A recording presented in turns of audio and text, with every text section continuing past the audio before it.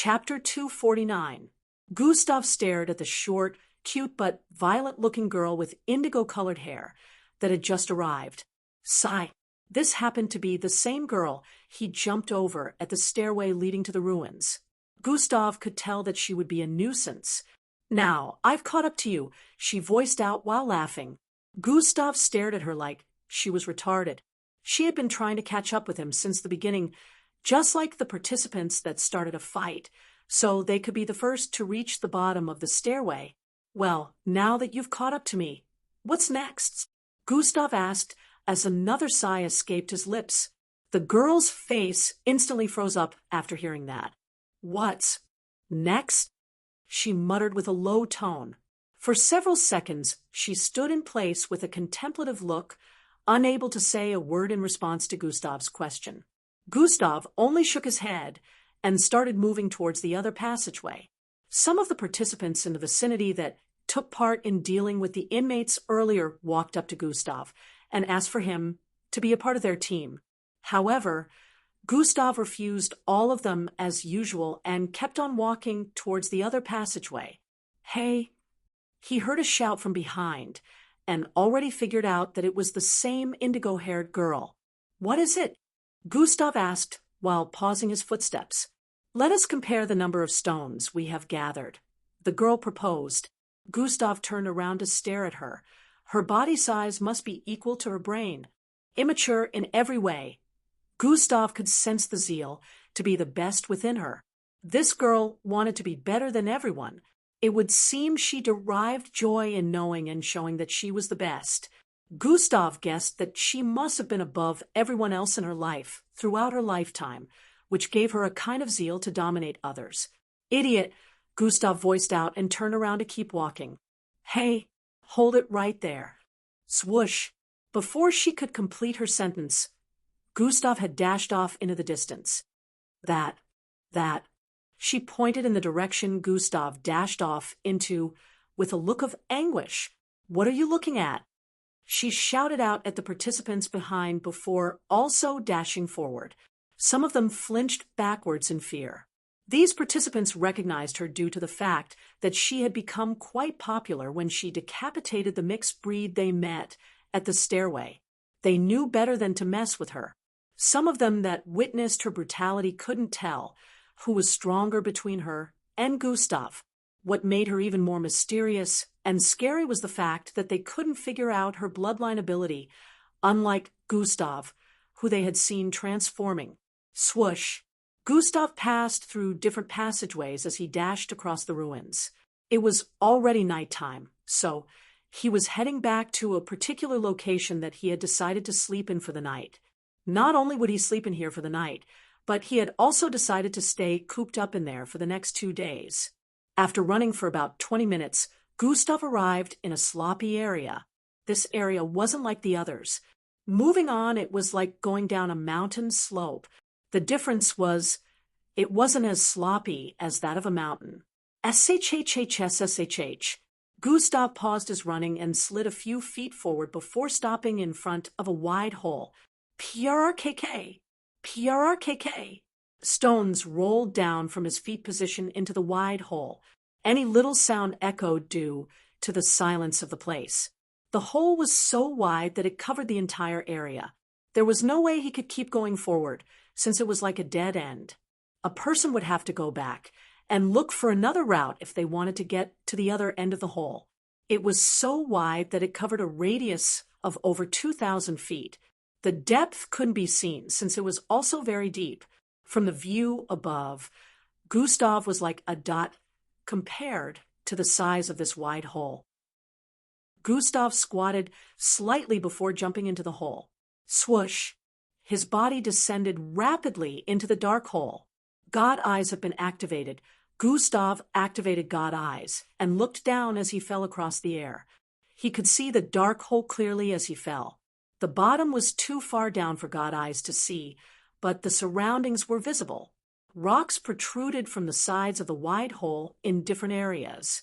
Some had plants growing on them, while others just looked normal. Some places had small holes. Gustav had been descending for about 30 seconds now, and he had descended more than 5,000 feet. He still kept descending without the intention of doing anything about it. It looked as if he was falling to his death. Swoosh! 6,000 feet, 7,000 feet, 8,000 feet.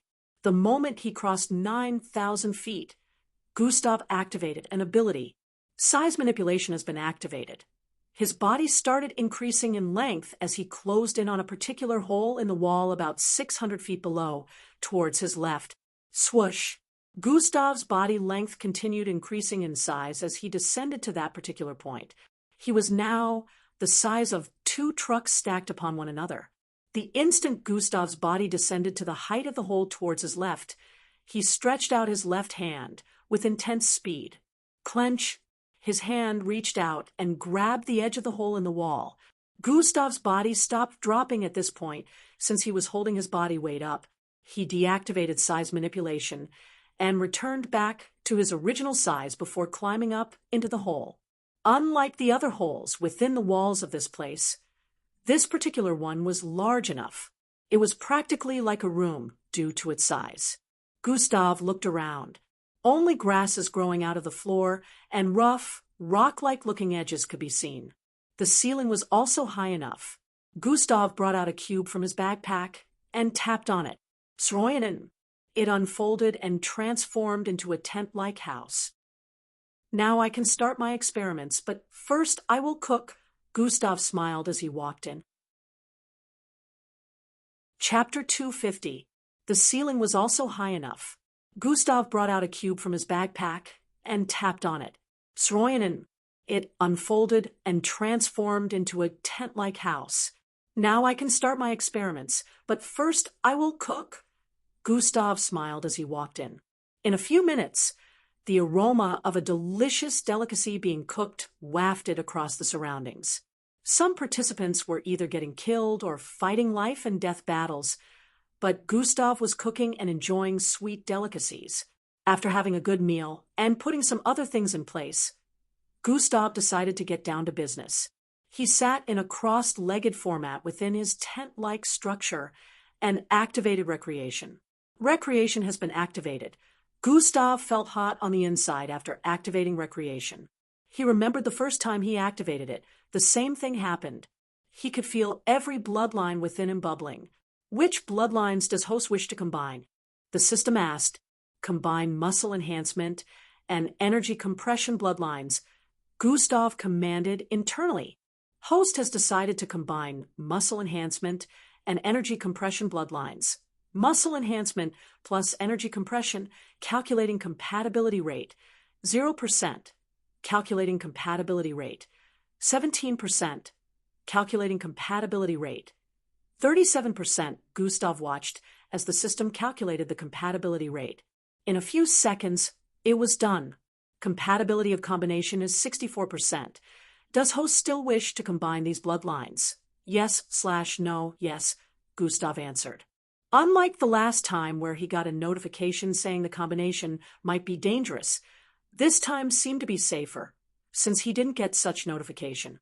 Combining muscle enhancement and energy compression, recalibrating bloodlines to their initial genetic form.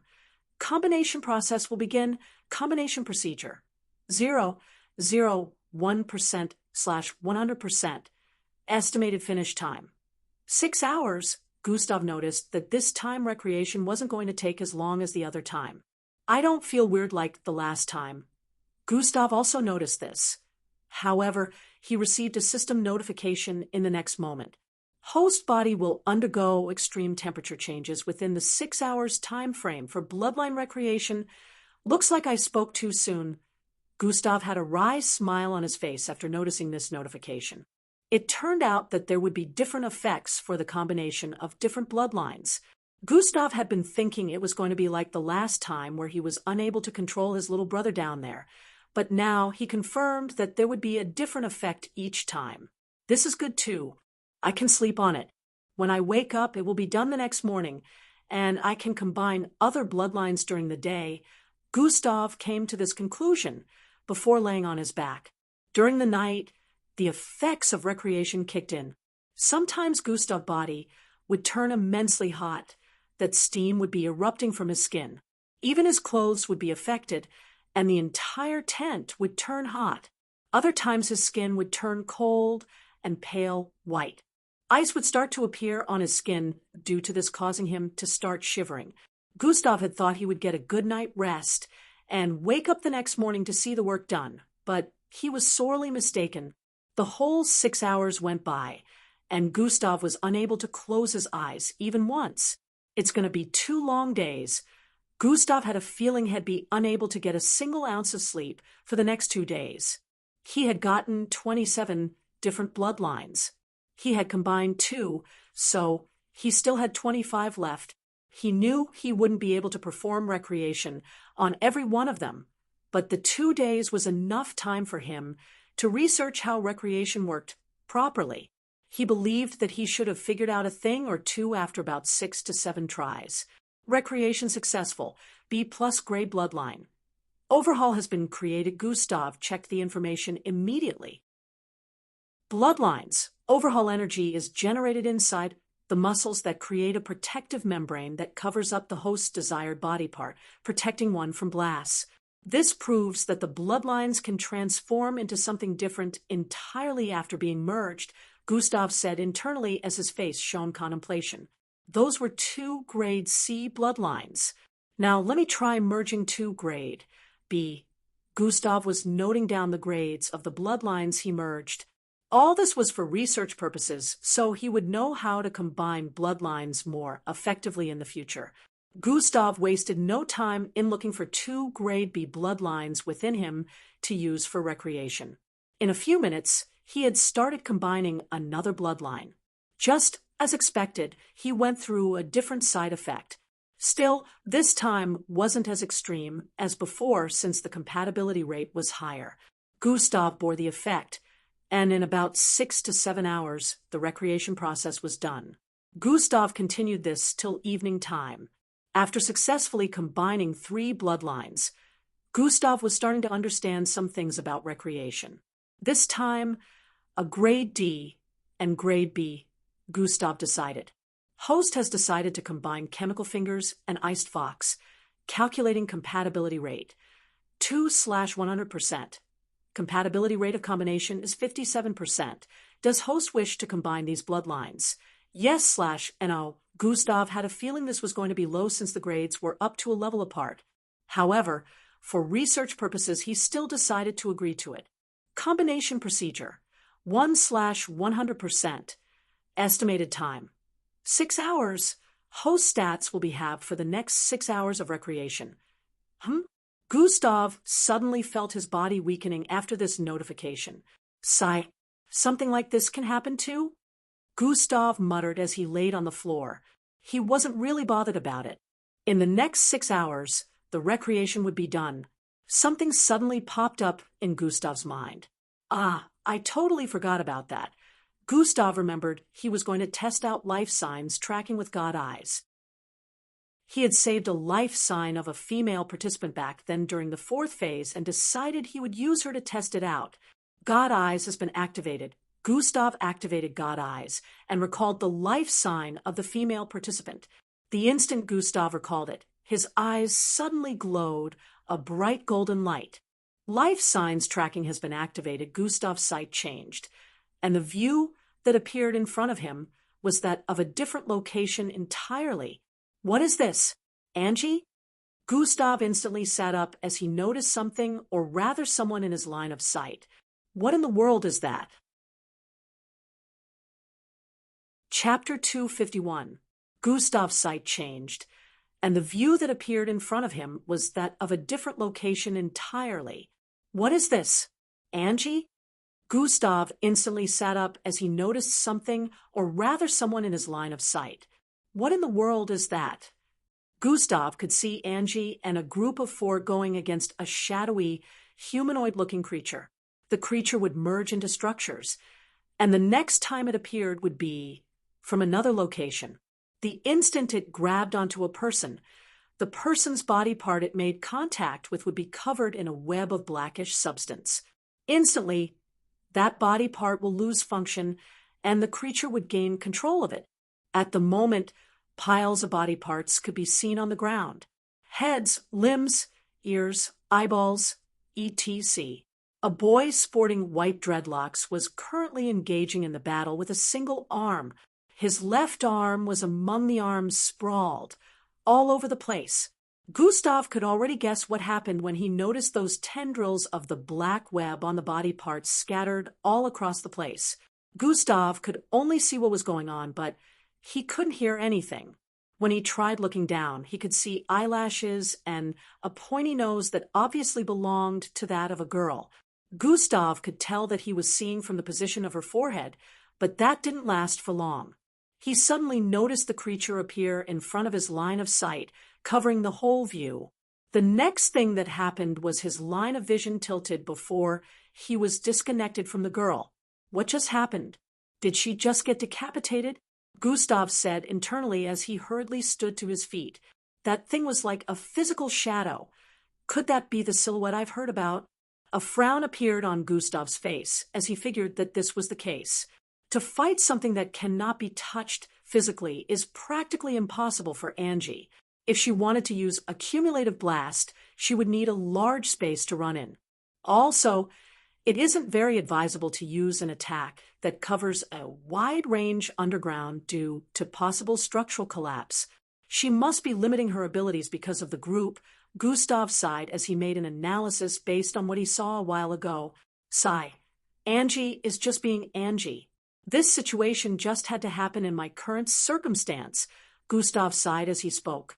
He checked his stats and noticed that they had truly been halved.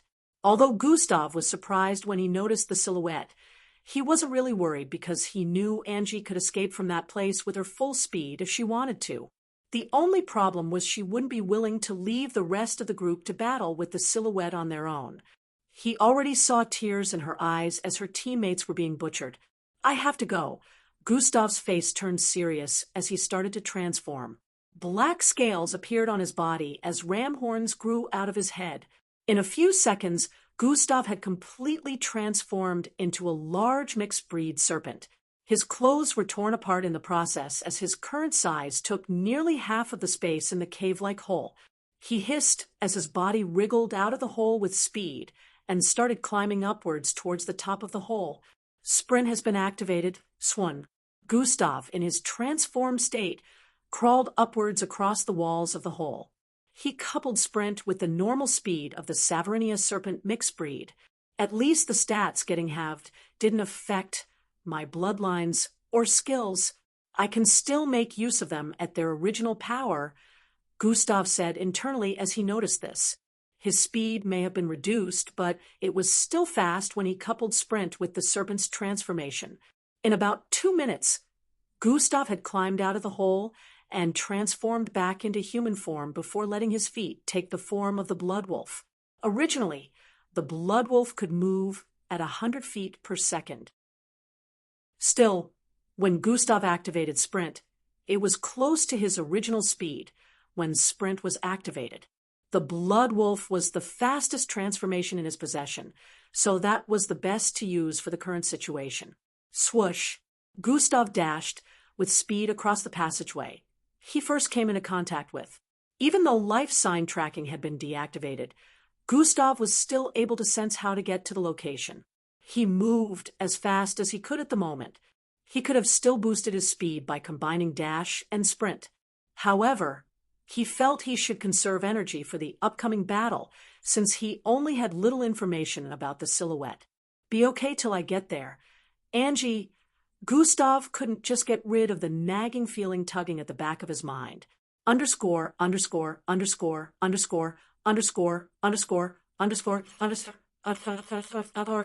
the part of the ruins where the battle was ongoing for participants with fatigued-looking faces engaged the silhouette in front. They couldn't touch the creature, since a single touch would cause their hands to be infected with blackish energy. Even their long-ranged attacks were barely effective. Angie was practically useless in the fight. All she could do was run around, throwing some things she picked up at it. The silhouette was currently handling their attacks with ease while feeding on the arm of a team member. Slurping and crunching sound reverberated across the place as it chewed casually. It was almost like it was mocking them. "You bastard! How could you eat Maddie?" One of them shouted out as he swung out spiky rocks towards the silhouette. Tears and snot had covered his face, which was filled with panic and rage. He. She's delicious, delicious, yummy, tasty. Laughter could be heard coming from the silhouette as it phased into the ground, dodging the attacks before phasing out of another part of the ground where corpses could be seen. The silhouette quickly grabbed onto the leg of a female corpse and tore it from her body. A wide opening appeared in its face area, and it proceeded to dip half of the leg from the thigh area into its mouth before biting down with intensity. The group eyes turned red even more as they witnessed that. However, before they could attack it, it disappeared once again, only for it to reappear about 300 feet away. It stared at the group with a taunting look as it feasted on the legs of the girl. "Ass!" One of them shouted out and dashed towards it with a crazed look. "Johnson, no!" The group screamed out, but he totally ignored them. A large grin appeared on the face of the creature as it watched the boy approach him. Just as it was preparing to attack the boy, swoosh, Angie swooped in and grabbed onto the boy before forcefully returning back to their initial position. "Don't be stupid. The closer we are to it, the more shadows it will be able to manipulate and deal with us," Angie voiced out with a slightly annoyed tone. Chapter 252. She was also angered and pained by what had gone down here today. She watched her group members get slaughtered like livestock, and she blamed herself for it. She wanted to find the teammate that disappeared by all means and ended up dragging the rest of the teammates into the current predicament. Not only had the teammate who they had been looking for died, some of them that followed her here had also lost their lives to the silhouette. One of the 4 teammates who were currently alive had lost his left arm because he had to cut it off the moment it became infected with the blackish web gotten from making contact with the silhouette. He didn't want to end up attacking anyone due to his body being manipulated, which was why he had to make that decision. "We're at a disadvantage because we're in a dim vicinity," Angie muttered. Angie and her teammates had been avoiding areas that had shadows cast over them because the silhouette was capable of manipulating that. This not only restricted their movement range, but also affected their battle performance. Had the boy who Angie just saved moved a foot further, he would have stepped within the silhouette range of attack. A single strike was what the silhouette needed to end anyone's life. The silhouette just stood about 300 feet ahead, leaning on a pointy rock and munching on a leg, while staring at the group in front. It didn't seem bothered, almost like it was sure these kids were incapable of causing it any issues. "You guys should go get help from other groups." "I have a plan," Angie proposed. The 3 beside her stared at her with a confused expression. "Aren't you coming with us?" The kid with white dreadlocks asked. "No, I have to stay here and stall it, or none of us will be able to leave here successfully," Angie replied. The boy thought about it and remembered that participants had been avoiding this area, particularly because of the rumors on the silhouette. So he knew it wouldn't be easy to find a group. Even if they did find a group, he wondered if they'd be willing to assist them in dealing with the silhouette. "No, that isn't an option. We're going to deal with it together," the kid voiced out. "If we do that, well, I'll die here. Like I said, I have a plan. If you all don't go, I can't execute it," Angie said. They stared at her with a contemplative expression. The other girl who had green-colored hair decided to say something. "What are you planning?" she asked. "Something that will either knock that thing out or damage it severely. Don't worry, it'll be okay. It can't catch up to me, remember?" Angie assured them. All right, well, go and get help. Stay safe." The rest of the group finally agreed and started moving backwards slowly. This particular area had 3 to 4 feet rocks protruding from different parts of the ground, which caused shadows to be cast almost everywhere. However, one of their teammates blasted apart a lot of them before he was taken down, which gave the participants a place where they could stand and be safe from the silhouette assaults. For some reason, it was unable to make use of living things' shadows, but it could use that of inanimate things. Angie fixed her eyes on the silhouette as her teammates moved to the back. They suddenly started running towards the passageway 1,000 feet behind. Angie kept watching the silhouette without moving. The silhouette didn't even act like they were trying to get away. It still continued eating body parts. In a few seconds, Angie's teammates were out of sight. "Now it's just you and me," Angie voiced out with a tone of anguish as her eyebrows creased together. "I'm going to have to use it. I don't care if I get buried here. I won't let this thing run amok, slaughtering more innocents." Tears rolled down Angie's eyes as she came to this conclusion. The most delicious one has stayed behind. Slurp. Now that the distractions are gone, I can enjoy you properly. The silhouette phased into the ground as those words were uttered. Thwoosh. Angie, too, had also dashed out. When the silhouette phased out of the ground a few feet towards the right from Angie's initial position, she had already disappeared. Swoosh. Another horn grew out of Angie's forehead as she started running in a circular format around the vicinity. Sweep. The silhouette was extremely shocked as it stood in place, staring at the multiple afterimages circulating around it. It couldn't tell where Angie was at the moment due to her immense speed. Slurp even going to be more delicious. I can't wait to feast on him. The silhouette suddenly sensed something and paused its speech. Whitish energy started building around the afterimages. It was seeing circulating around it. It could sense immense destructive energy from the whitish energy circulating around Angie. Whoosh. Angie kept running around it, building up the destructive whitish force of energy surrounding her. The silhouette started phasing into the ground and appearing in different places trying to catch Angie's figure, but it was of no use. Bam! When it got too close, it was blasted aside by the force gathering around Angie. Impossible. This little one, it stared at Angie afterimages from its position in the middle. Angie had now gathered energy to the extent that the ground began to quake gently, and the rocks protruding from the ceiling started to crumble. Good. This is good. It will only make you more delicious. The large silhouette set of pointy teeth were revealed as it laughed. Angie frowned more as she dashed towards the silhouette with the purpose of releasing the gathered energy once she had closed in on it. The silhouette suddenly grinned again and slapped its hands on the ground. Pah! Dark energy suddenly spread from its position, and shadowy black tendrils shot out of every part of the ground. Swee-eye! Angie's legs were suddenly wrapped by these tendrils. Ha! Due to the tendrils suddenly hindering her movement and all the speed she had gathered, she found herself somersaulting forward.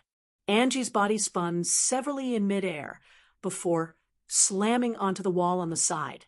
Bang! The wall vibrated, and a large chunk of rock broke apart before falling on the lower part of her body. Kyra!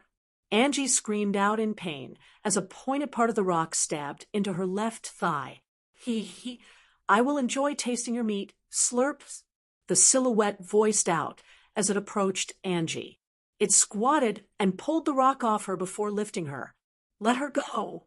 A loud voice was heard from behind. Chapter 253. I will enjoy tasting your meat. Slurp. The silhouette voiced out as it approached Angie. It squatted and pulled the rock off her before lifting her. Let her go. A loud voice was heard from behind. The silhouette's grayish tongue was only inches away from touching Angie's face when the shout was heard. The silhouette grin broadened. Yet another delicious one has appeared. Slurp.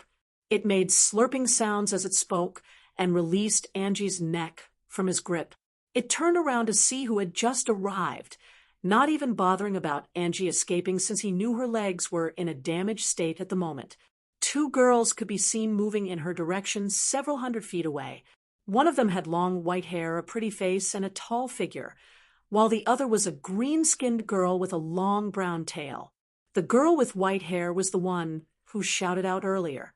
Even the silhouette had thought it was a single person, but the moment he turned around, he figured he was wrong. I didn't sense the presence of that green-skinned girl. The silhouette stared at the green-skinned girl in particular with knitted eyes. Both girls were obviously Glade and Maltida.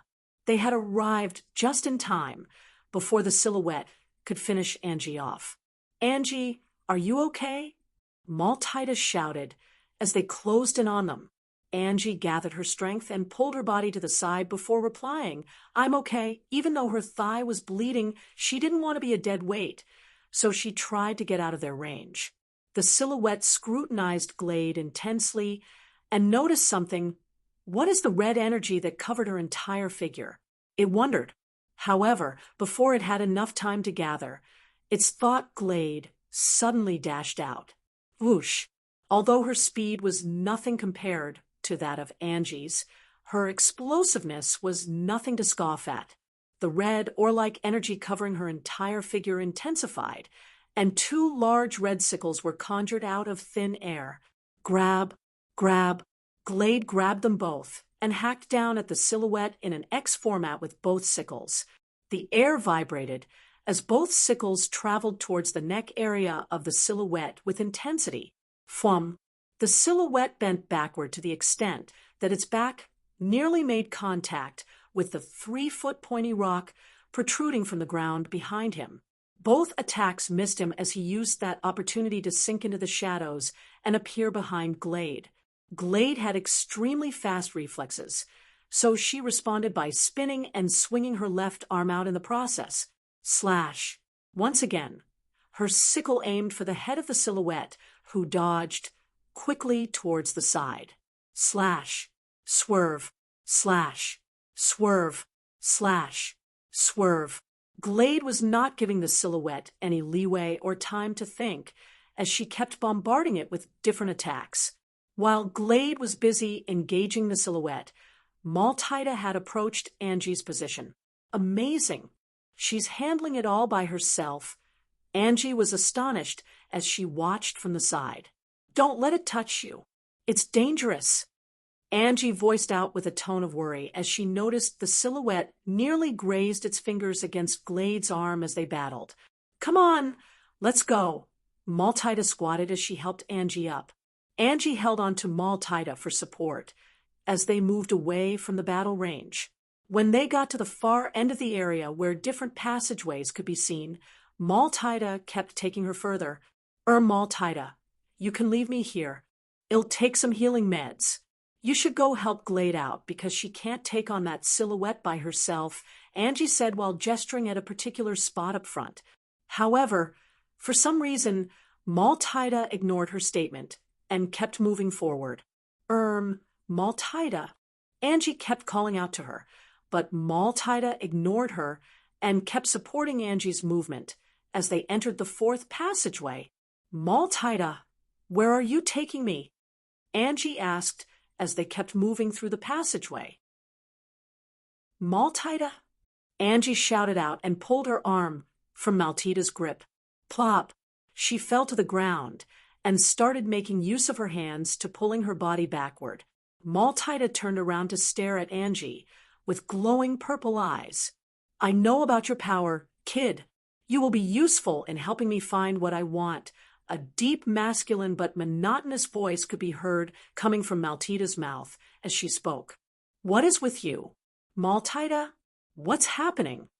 Angie crawled backward with all her might and even tried standing to her feet, but the intense pain in her thighs caused her to fall again. Spurt, spurt.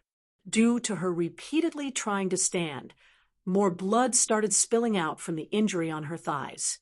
Not understanding the situation and not wanting to be caught, Angie used the other leg, which wasn't as badly injured as the left, and started hopping. Maltida followed behind her with a frown. "All this is futile. You shall come with me and become one of my loyal puppets," Maltida voiced out as she caught up with the leaping Angie. "Grab." She grabbed Angie's neck from behind and lifted her with ease. "Let us go," she said while turning Angie around and placing Angie on her right shoulder. Angie tried resisting by punching out with super speed. However, A silver panel appeared on Maltita's body when her fist made contact. This protected Maltita, rendering her punches futile. What is going on? Why is Maltita like this? It seems like she is being controlled by something. Angie's mind was in a state of disarray at the moment. If she's like this, then does that mean Glade is also? Angie's face shone panic as Maltita turned around to continue heading down the passageway. Just when Angie's mind was in a state of intense confusion and panic, a loud whooshing sound was heard coming from up ahead. Swoosh! Angie was the first to notice this since she was a speedster, but Maltita was slower. By the time she noticed it, a fist was already in front of her face. Chapter 254. Pa! A loud collision rang out, followed by a female body traveling in an arc across the air. Bang! Maltita's body slammed into the wall, and her eyes turned blurry. Still, she could partially see a familiar male figure in front of her. A silver covering could be seen on the left side of her face, which took the force of the punch. Gustav, Angie voiced out from the ground. Even with that amount of force, she didn't pass out. This proves that I have truly weakened. Gustav stared at his fist as he lowered it. He was using sprint, so, due to his speed, the force of his punch was multiplied by 4. Originally, that would be enough to nearly decapitate a mixed blood of Maltita's strength, but now that he had been weakened, it could only do this much. Are you okay? Gustav asked as he squatted in front of Angie. Angie's eyes were already watering as she stared at Gustav's face. She remembered everything she had gone through since the start of this phase, the deaths she had to witness, and the decisions she made. Gustav. She didn't know where the strength came from as she jumped into his embrace. Gustav was a bit surprised by her action, but when he thought about the current situation, he had a vague idea of why she acted in this way. Gustav looked down at Angie's head resting on his chest and raised his hand before bringing it down on her hair.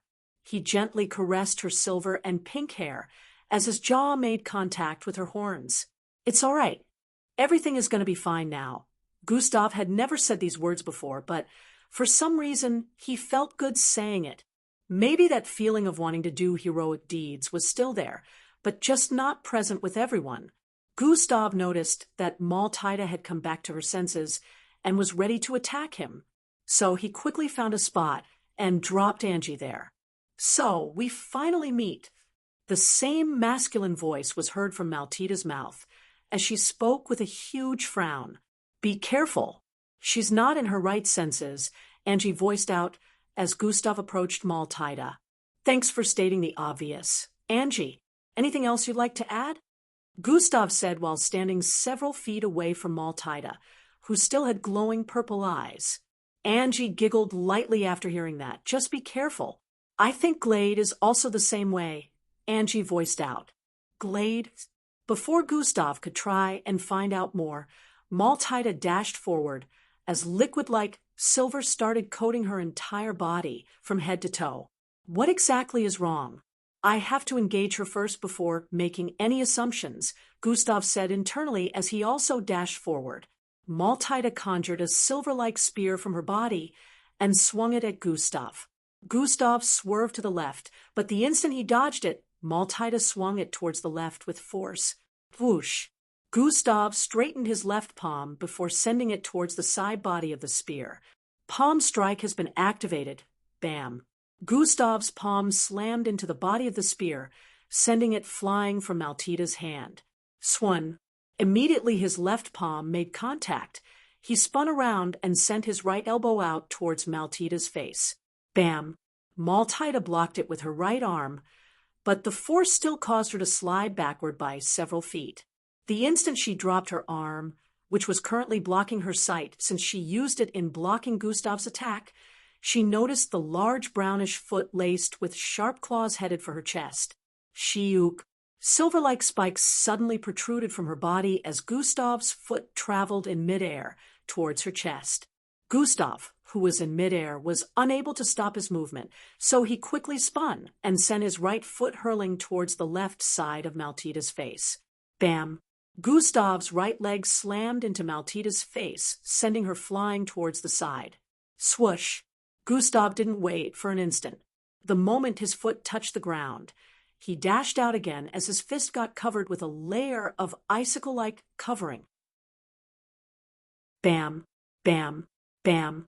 Bam! Bam! He repeatedly threw out fists at Maltita, even though her body was still full of silver-like spikes. Each time his fist made contact, the spikes would be blasted apart, giving Gustav the chance to punch her silver covering. Maltita's silver covering was very hard and protected against every kind of attack. However, once Gustav started gaining the upper hand, throwing out punches repeatedly, he let his arm take the form of the mutated bull. His fist was also covered with the Iro silk from the Colapisol alien life form he took, along with atomic disintegration coating both his arms. Maltita's silver outer covering was riddled with holes in a few minutes. Bam! Swee-eye! Gustav's fist sent Maltita flying again, before she slammed into the wall. Bang! Blurg! She spat out blood before sliding to the ground. Still, her eyes had a purplish glow, even they had slightly dimmed. Interesting. Looks like the information my puppets have fed me was true, Maltita voiced out. What information? Gustav asked as he started walking towards Maltita. About your excellence. You are truly what I need. Maltita replied. What do you mean by that? Gustav asked with a confused expression. Ha! I have found the one. Surrender yourself to me, kid. Maltita shouted out while standing to her feet. Do you not see the situation you're in? Why would I surrender to you? Gustav responded as he continued walking towards her. If you want this vessel to be free, you have to? Maltita said with a smile. I'm sure you share some attachments to this person. Gustav stood in front of Maltita and smiled. You think I care? He voiced out before grabbing Maltita by the neck. Cough, cough, cough. Gustav gripped her neck tightly as he spoke. Ha! Did you really think you could get me with this? He continued to squeeze as he spoke. Did I miscalculate? How could she share such memories with him, and he holds no regard for her? Maltita's face showed a choking look as the being controlling her mind thought. The being stared at Gustav's expression from his Maltita's point of view. He's a crazed kid, this one. He's not bluffing. He doesn't care. The being realized this as he stared at Gustav's uncaring expression. I better withdraw from this vessel before I get affected by her death. I cannot afford to lose a single ounce of power, the being concluded. Do not delude yourself, kid. I shall have you soon. My puppets shall bring you to me in due time. Gustav heard these words in his mind as the purplish glow in Maltita's eyes faded. The voice sounded exactly the same as the one coming from Maltita's mouth earlier. Plop!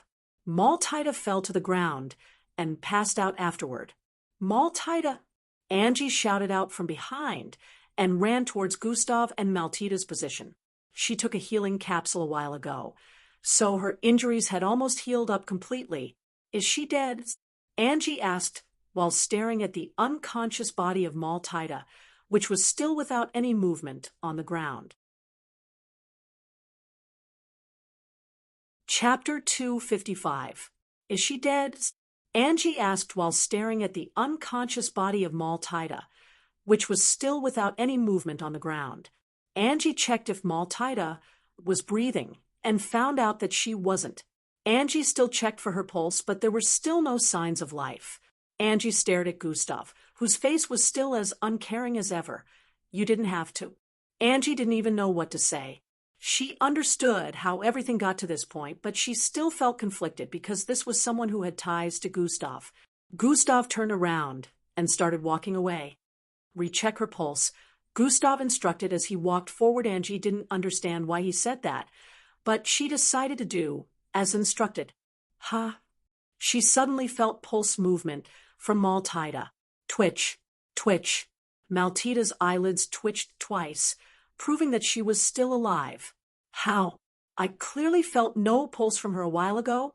Angie checked again to be sure, and even placed her fingers underneath Maltita's nostrils. She had started breathing once again. Angie stared at Gustav's back with a look of astonishment, wondering what he did. Unbeknownst to her, Gustav never intended to kill Maltita. He knew so well about mixed blood's anatomy, so he had applied pressure on the part of Matilda's neck that cut off her oxygen supply for a few seconds. It also caused the throbbing of her pulse to slow down. Angie had thought she was dead due to all these. Gustav questioned Angie about the situation, so he could get as much info as possible to deal with the threat at hand. She explained to him all that had happened so far, including how her group ran into the silhouette and nearly got wiped out. She also told him how Maltita and Glade came to her rescue, which led to the current scenario. However, when it came to the current scene which led to the battle between Gustav and Maltita, Angie was just as clueless as Gustav. The only thing she could mention was that whoever was controlling the mind of Maltita wanted her for an unknown reason. And now Gustav knew that the unknown person also wanted him. The question that plagued their minds now was, why?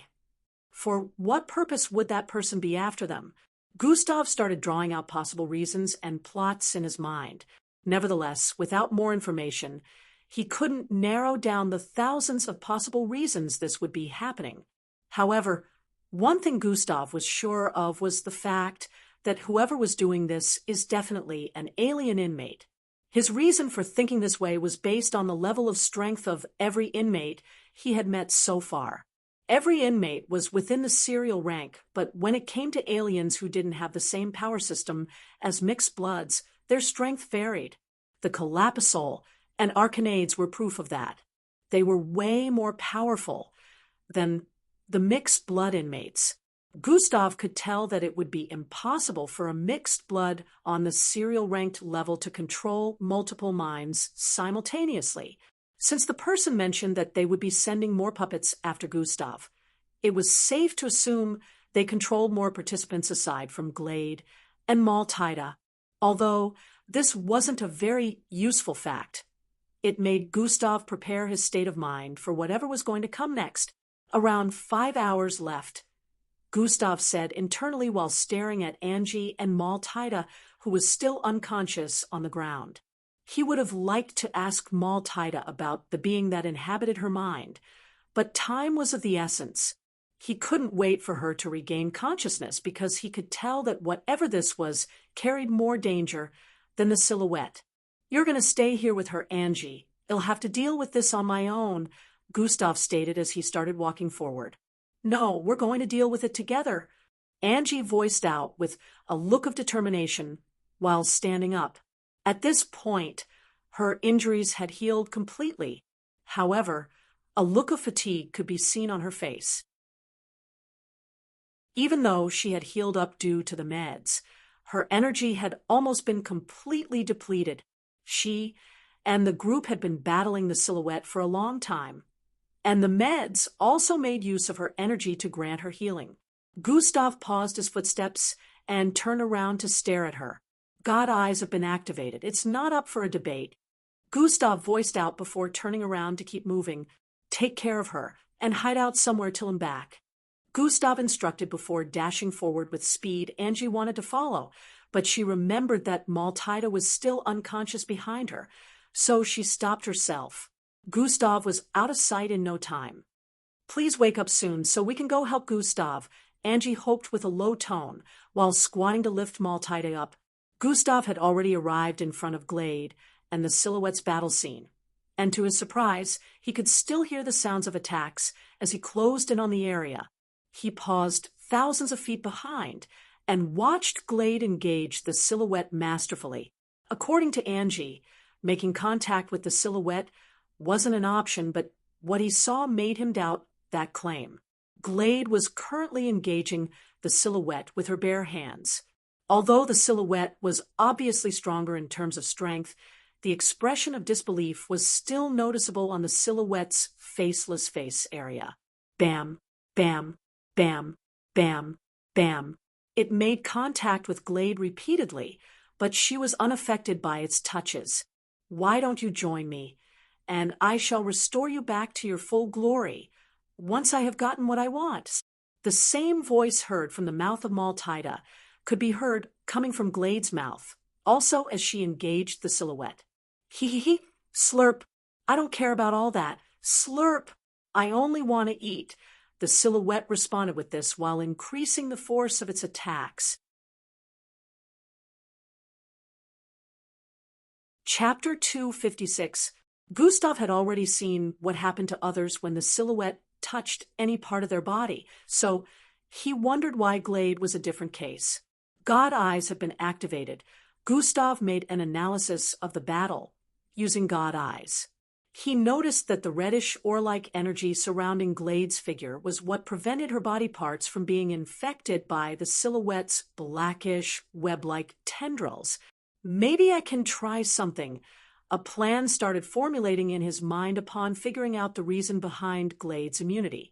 However, Gustav's plan formulation was cut short as two pairs of menacing-looking eyes turned around and stared in his direction. SHHHSSHH. SHHHSSHH. Glade and the silhouette had just exchanged another blow, so they were still sliding away from each other after making contact. That was when they noticed Gustav squatting behind a pillar-like rock, thousands of feet behind.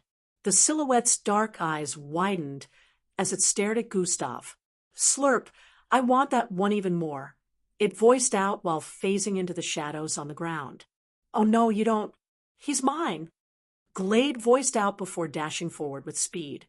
However, the silhouette only needed an instant to arrive behind Gustav. Slash. The instant it was phasing out of the ground, it had already transformed its arm into a large, shadowy one with 17 blackish claws. Thump!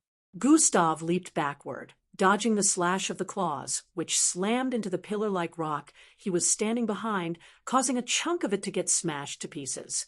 Debris scattered across the place, but the silhouette didn't wait for a second more before dashing forward towards Gustav again. This was when Glade arrived and parried the second slash with her reddish energy sickle. "I said he's mine. You can have your pick of anyone else after joining me." The masculine, monotonous voice could be heard coming from Glade's mouth, once again, as she and the silhouette pushed against each other. "I want this one slurp. He tastes very delicious," the silhouette voiced out as dark tendrils shot out of the shadows surrounding them towards Gustav. Thump! Gustav once again leaped upwards and spun, dodging some of the tendrils while activating atomic disintegration to cut through the ones he couldn't dodge. Bam! SHHHSSHH. Gustav landed about 100 feet towards the left and slid backward by a few feet. Glade only waved her sickle about 3 times to cut through the dark tendrils that came for her. "If I'm not careful, its attack will make contact with me soon. It will take some time to activate that ability, so I have to be careful," Gustav said internally while staring at the silhouette from his position. At the moment, the silhouette was kind of in the middle, while Gustav was on the left and Glade on the right. The three stared at one another warily for a few seconds. None of them were allies, but at the moment, Gustav knew who to work with. Swoosh! Glade dashed towards the silhouette once again, swinging her sickle. The silhouette dodged them tactfully and sunk into the shadows only to appear beside Gustav again. This time it reached out very fast and almost touched Gustav's neck. However, Gustav was able to evade his touch by a few centimeters and quickly countered by sending out a palm strike. Swoosh! Silver-like energy covered his palm as it traveled towards the shoulder area of the silhouette. Thump! Gustav's palm passed through thin air as the silhouette disappeared again and appeared on his right. Slurp! Gustav heard the slurping and tried turning around as fast as possible to counter. Still, the silhouette's face was just about 2 inches away from his neck. Schweiing!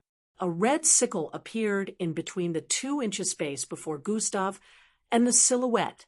It traveled in and horizontally towards the neck of the silhouette. Thump! The silhouette was forced to sink into the shadows again to dodge Glade's sickle attack. He, you're a nuisance, Slurp. What happened to giving me everything I wanted? The silhouette who appeared on the far east voiced out. This one is off limits. I shall have him for myself. Glade voiced out. You can have the others. I want to taste this one, or we can each take a portion of him. Slurp. The silhouette responded with this. Keep talking like I'm not right here, Gustav stated with a slightly offended tone from the side. Unknown to both of them, he was building his energy internally in accordance with his plan. This isn't up for debate. He is mine.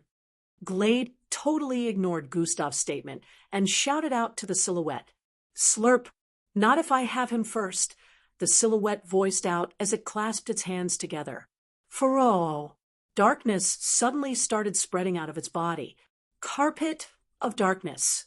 The silhouette voiced out as it stomped its right foot on the ground.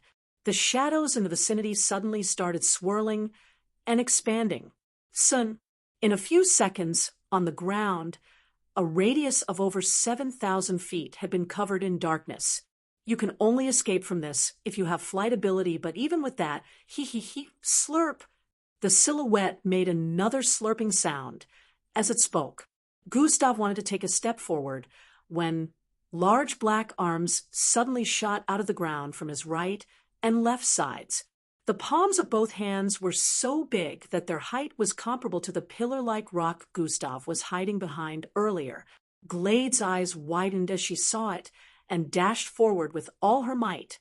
Gustav also leaped upwards to dodge the concentration area, but before they could move further than a foot, both hands clasped together with immense speed and force, covering Gustav's figure in an instant. Bam! No! Glade shouted out with a look of fury.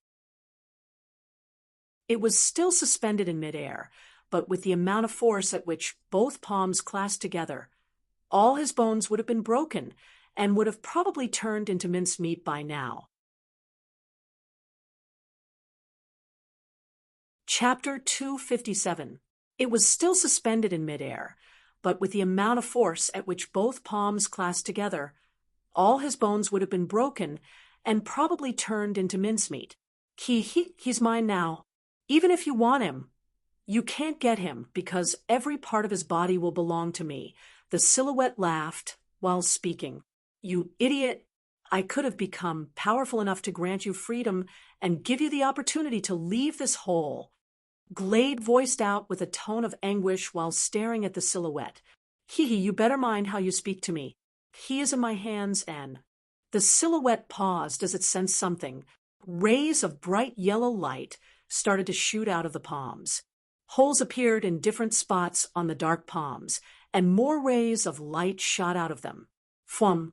The arms were suddenly blasted apart as Gustav's figure floated in midair, while being surrounded by flames for a few seconds before landing on the ground. Bam! His glowing figure drove the darkness in the vicinity away. His upper body was covered in a long coat of burning yellow flames. In contrast, his lower half was covered in silver-colored energy. Gustav smiled as he stared at the silhouette, who was slowly taking steps backwards. Let's see you try to touch me now, he voiced out with a confident look. Gustav activated his new bloodline coat of flames, while also using atomic disintegration to cover parts of his body that were still exposed. This was the reason why he had to build energy, because he was using the technique he got from the system 2 months back, energy distribution. If he wanted to use atomic disintegration to cover his entire body, it would take up so much energy, and he would be drained in a matter of seconds. This was why he decided to use a coat of flames, since that one was a more natural ability from the bloodline. It wouldn't take up much energy compared to using atomic disintegration. Now that I can finally touch you, how about we go again? Swoosh! Gustav hadn't finished speaking before his figure disappeared from that spot and appeared in front of the silhouette. Don't get cocky just because you became a glowing stick slurp, the silhouette voiced out and slashed at him. Gustav's claws were also traveling towards him. Gustav swerved and dodged the claws while his attack kept traveling forward. Bam! The silhouette accurately grabbed hold of his arm and turned around to swing Gustav away. Gustav's body traveled across the air, with his back facing the pillar-like wall up ahead. Just when he was inches away, he suddenly spun in midair and landed both feet on the pillar-like rock. Fwum! He pushed out both legs, using the rock to push himself forward.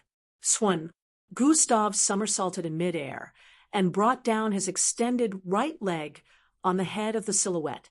The silhouette was unable to phase into the shadows due to Gustav's coat of flames that drove all the shadows away. Grab! It was able to grab onto Gustav's leg before it slammed into his head. Crumble! The ground underneath cracked due to the intense force, and the silhouette growled slightly in pain. Swee-eye! Out of nowhere, a sickle came slicing through the air. Bam! It slammed into the shoulder of the silhouette, causing it to shriek in pain as it nearly tore off its entire left arm. As the silhouette was sent crashing forward, Gustav landed on his feet and activated combination. Sprint plus dash swoosh. Gustav was finally able to use the speed that was a little bit faster than his original using sprint. His body traveled forward with speed, while his left arm swung forward towards the left shoulder area of the silhouette. Slash. The silhouette's left arm was finally severed from its shoulder, and black blood started flowing out of it. The silhouette growled in pain as it slammed into the wall on the other side due to Gustav's added force. Gustav quickly deactivated combination, so as not to use up more energy than he already had. The instant the silhouette slammed into the wall, it sank into the shadows again. Gustav didn't move too close to it, so that place had some shadows. Gustav only stood in position and smiled. You can't get away. Haven't you sensed it already? The instant those words were uttered, a figure fell from the top of the ceiling area on the west side. Bam! It was the silhouette. Cough, cough. It coughed out droplets of yellow liquid from its mouth repeatedly. When the yellowish liquid made contact with the ground, a sizzling sound was heard. What is this? What's happening? Cough, cough. It kept coughing out the yellow liquid. As it spoke, it could feel its body getting weaker, and glowing yellowish scalds began to appear on different parts of its figure. I poisoned you. I didn't really know how this poison works since this is the first time for me, but hey, you turn out to be a good specimen. I can't seem to hear those slurping sounds anymore. Gustav laughed lightly as he approached the silhouette. The silhouette forcefully pushed itself up and tried to escape by moving closer to areas with shadow. However, Gustav closed in on him, making that impossible. Swoosh! Gustav dashed forward and slashed at the silhouette, who quickly turned around and parried with its right arm. Slash! Gustav's claws smoothly cut through it, causing the silhouette to become limbless. It growled out in pain again as it lost its second arm. I can heal back if only I reach the darkness, the silhouette thought as it turned around to run. Still, the moment it did that, Gustav threw out his right fist coated in flames and silver-colored energy. Bam! Plush! Gustav's fist penetrated through the back of the silhouette and came out through the front of its chest. It was still blazing with flames burning through the chest of the silhouette. Chapter 258. Gustav retracted his fist quickly before the flames could die out, and black blood started pouring out of the fist-sized hole. The silhouette stared at the hole in its chest with a confused expression before falling face-flat to the ground. So, this is how it ends? The silhouette had thought the situation would end with it tasting Gustav's flesh, but to its disappointment, it tried biting off more than it could chew. Gustav raised his foot and brought it down on the head of the silhouette. Bang! Its head burst apart with black liquid flying in all directions. The insatiable silhouette ended up dying with a mind full of confusion. It died without understanding Gustav's existence. Gustav had made use of the coat of flames that poisoned the surroundings with an airborne poison. This helped in weakening the silhouette. Not only had the brightness of the flames helped in restricting the silhouette abilities, but it also helped in poisoning it. Without coat of flames, Gustav would have spent way longer time fighting it, and he wouldn't have been able to escape without grievous injuries if he managed to defeat it. The silhouette was stronger than he was at the moment, and was also an alien. The system notified him of it the moment he arrived on the scene. SSHHHSSSSHH. Ha. Gustav noticed the silhouette's corpse was disintegrating into smoke after its death. Gustav quickly squatted and placed his hand on the corpse, trying to see if he could acquire its power. Instead, his hand got burnt due to the high temperature of the corpse. He quickly retracted his hand, but when he noticed no system notification, he placed his hand on the corpse again. Gustav bore the pain and started stabbing his claws into different parts of the silhouette's body, hoping a system notification would pop up, but that didn't happen. In a few more seconds, the body had almost disintegrated into black smoke completely. Gustav retracted his hand and sighed. "What a waste," he said internally before turning around. After the body disappeared completely, Gustav felt something and turned around. He stared at the spot where the silhouette's body had disintegrated. A small round stone could be seen in the middle of the ash body outline on the ground. Gustav squatted and picked it up. "You have acquired an Ulavanturian gem, the core of an Ulavanturia, an alien species said to evolve by feeding on other beings with power. Evolution stage 5." Gustav stared at the system notification with an expression of understanding. So, this is why. If its core kept evolving, would it have acquired enough power to escape from the ruins? Gustav wondered. Definitely not. I'm sure the MBO already knows this too. They wouldn't let it run amok if they didn't know how to catch it if it managed to acquire enough power. Gustav answered his question himself. Anyways, I'm taking this. Gustav put the core in his storage device and turned around. Glade was nowhere to be found. Smirk. As expected, he made use of the moment. I was distracted to leave. Gustav already knew this would happen. In fact, he had hoped this would happen because he already had a plan in mind. God Eyes has been activated. Gustav's irises turned green and scarlet as he activated God Eyes. Life sign tracking has been activated. Gustav's eyes instantly changed color, becoming bright gold. It was glowing so much that it looked like two small fireflies flying side by side in the distance. Gustav pictured a life sign in his mind that looked like plus, and what appeared in his line of sight was a different environment from the one he was currently in. Earlier, when Gustav was watching Glade and the silhouette battle using God Eyes, he saved Glade's life sign. Now, he was currently connecting to her life sign and seeing from her point of view. Glade was obviously in motion due to the constant up and down movement, as well as the stalactites being dodged and passing by the sides. Glade was currently moving very fast in an area that had lots of greenish-looking stalactites and stalagmites. Gustav kept watching through her line of sight, wanting to see where she was headed to. Glade felt weird as she moved, but looking around, she didn't notice anything, so she decided not to bother. She kept running, and after leaving the area, she went through another passageway. Even though his energy was being depleted, Gustav had to keep watching, so he would discover the location of the person he was dealing with. If he had decided to surrender and follow Maltaida, he would have discovered the place. Still, he wouldn't know what to expect, so that would have been a truly foolish decision. This way, he could gather more information without being noticed. After another 20 minutes went by, Glade arrived in a particular massive passageway. This one was the biggest so far that Gustav had seen, and it also looked familiar to him. Glade moved forward more and turned towards the left when she got to a particular place. A large wall could be seen when she passed through the exit point of the passageway. It was literally a dead end.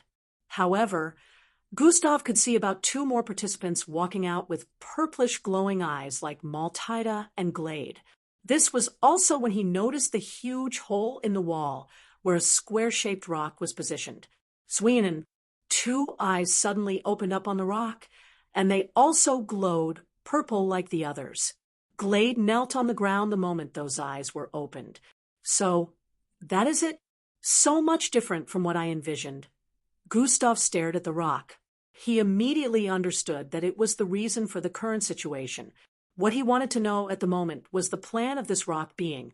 You have proven to be quite useful. The same voice that was heard from the mouths of Maltida and Glade could be heard coming from the rock. Too bad you couldn't get him for me. He is a bit too much to handle. Chapter 259. However, he is better than I expected. I never thought I would find someone with multiple abilities. The information you all have on him doesn't do justice to his capabilities. Gustav couldn't hear audio when tracking life signs, but surprisingly this one was heard. Gustav wondered why he would be able to hear the voice of the rock being, and the only sensible reason he could come up with was the fact that it spoke to the minds. Gustav still couldn't hear Glade speaking, but every time the rock stated something, he would hear it. There is no need for worries. He is my ticket out of here. He shall be mine. Go and gather more of those stones for me. I want everything to be prepared for my freedom the moment I have him in my possession. Gustav could more or less guess what Glade was saying from the rock's reply. And from what he had gathered so far, this rock being needed him and some unknown stones, which Gustav assumed were the grand stones, to escape from here. It didn't make sense to Gustav. Why must it be him specifically? Do not worry about that. They should be arriving at his location any time from now. The instant Gustav heard those words, he suddenly felt a sense of foreboding. His perception picked up on something in his surroundings, and he instantly deactivated life signs tracking. Gustav's vision returned back to his surroundings, and he stared at the passageways up ahead and behind. This particular area was very large, but in front and behind were more than 7 passageways in total. Tap, tap, tap, tap, tap, tap. Multiple feet tapping on the surface of the ground could be heard coming from every one of these passageways. It was obvious that a crowd of people were headed this way. 7, 12, 19, 22, 29. Gustav made use of his great hearing ability to count the number of people headed this way. They hadn't entered his range of perception, so he could only use his hearing. So many. Gustav could already tell that they were coming for him. The instant one of them entered his range of perception, he scanned them with his senses and confirmed that they were indeed participants. Underscore, underscore, underscore, underscore, underscore, underscore, underscore, underscore, underscore, underscore, underscore, underscore, underscore, underscore, energy. 1200/2125 underscore, underscore, underscore, underscore, underscore, underscore, underscore, underscore, underscore, underscore, underscore, underscore, underscore. Gustav checked his remaining energy. I won't be able to go against so many with such low energy unless I fight without making use of powerful skills. He muttered with a contemplative look. Tap, tap, tap, tap, tap, tap. The tapping sounds kept getting louder. It was obvious they were getting closer. Some had even successfully passed through the passageway and were currently in the vicinity. In a few more seconds, waves and waves of participants started streaming out of the passageway and into the area. They arrived at the middle in no time and paused their movements after noticing that the area was empty. They all had purplish glowing eyes and were numbered in the 40s to 50s. Chatter, chatter, chatter. Dash, the great lord said he would be here. Dash, this location is accurate. How come it's empty? Although they were all being mind-controlled, at the moment they could think for themselves. They were in control of their own body movement. However, their minds were plagued with one thought, which was to capture Gustav.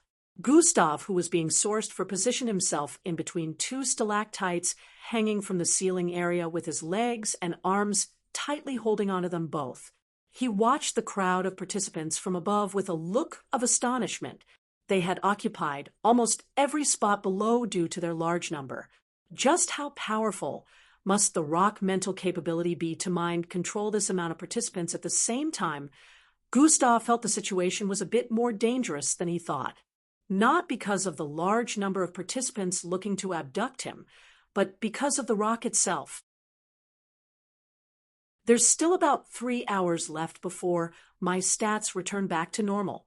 I have to hide out for now. Till that time, Gustav didn't want to confront the rock as he was now. He had enough strength to hold onto these stalactites for 3 days if he wanted to, so staying up here wasn't a problem. The only thing he was currently worried about was Angie. He hoped she and Maltida had found a place to hide out. Gustav was currently naked as he held onto both stalactites. His skin tone had changed to match with the color of the stalactites. Even if any of the participants looked upwards, they wouldn't notice because he was currently like a chameleon blending in. Also, the way he positioned allowed more than half of his body to be blocked by the rocks in some angles. Or so he thought. Gustav suddenly felt a chill run down his spine and looked downwards towards the west. Glare. A pair of glowing blue eyes were staring in his direction, and the moment he looked down, their eyes connected. Oh, well, shit. Gustav cursed internally as the female participant pointed in his direction. There he is! The entire crowd raised their heads to stare in Gustav's direction, but unlike the girl, some of them didn't notice anything. The distance from the ground to the ceiling area was big, so that made it harder for them to spot any difference. It was obvious that her eyes were special. A few participants who had very good perception were the ones who noticed that something was off with that particular spot. He's right there. The few that noticed it shouted out and started firing attacks at that spot. Underscore, underscore, underscore, underscore, underscore, underscore, underscore, underscore in the secluded room, where dignitaries gathered to watch the performance of the participants, as well as converse about the observations gathered from seeing them perform. The room was currently giving off a somber vibe. The MBO higher-ups watched the projections in front with slightly confused expressions. The participants are going after one another now, ambushing others to steal grandstones. However, it doesn't look natural in any way, one of them voiced out.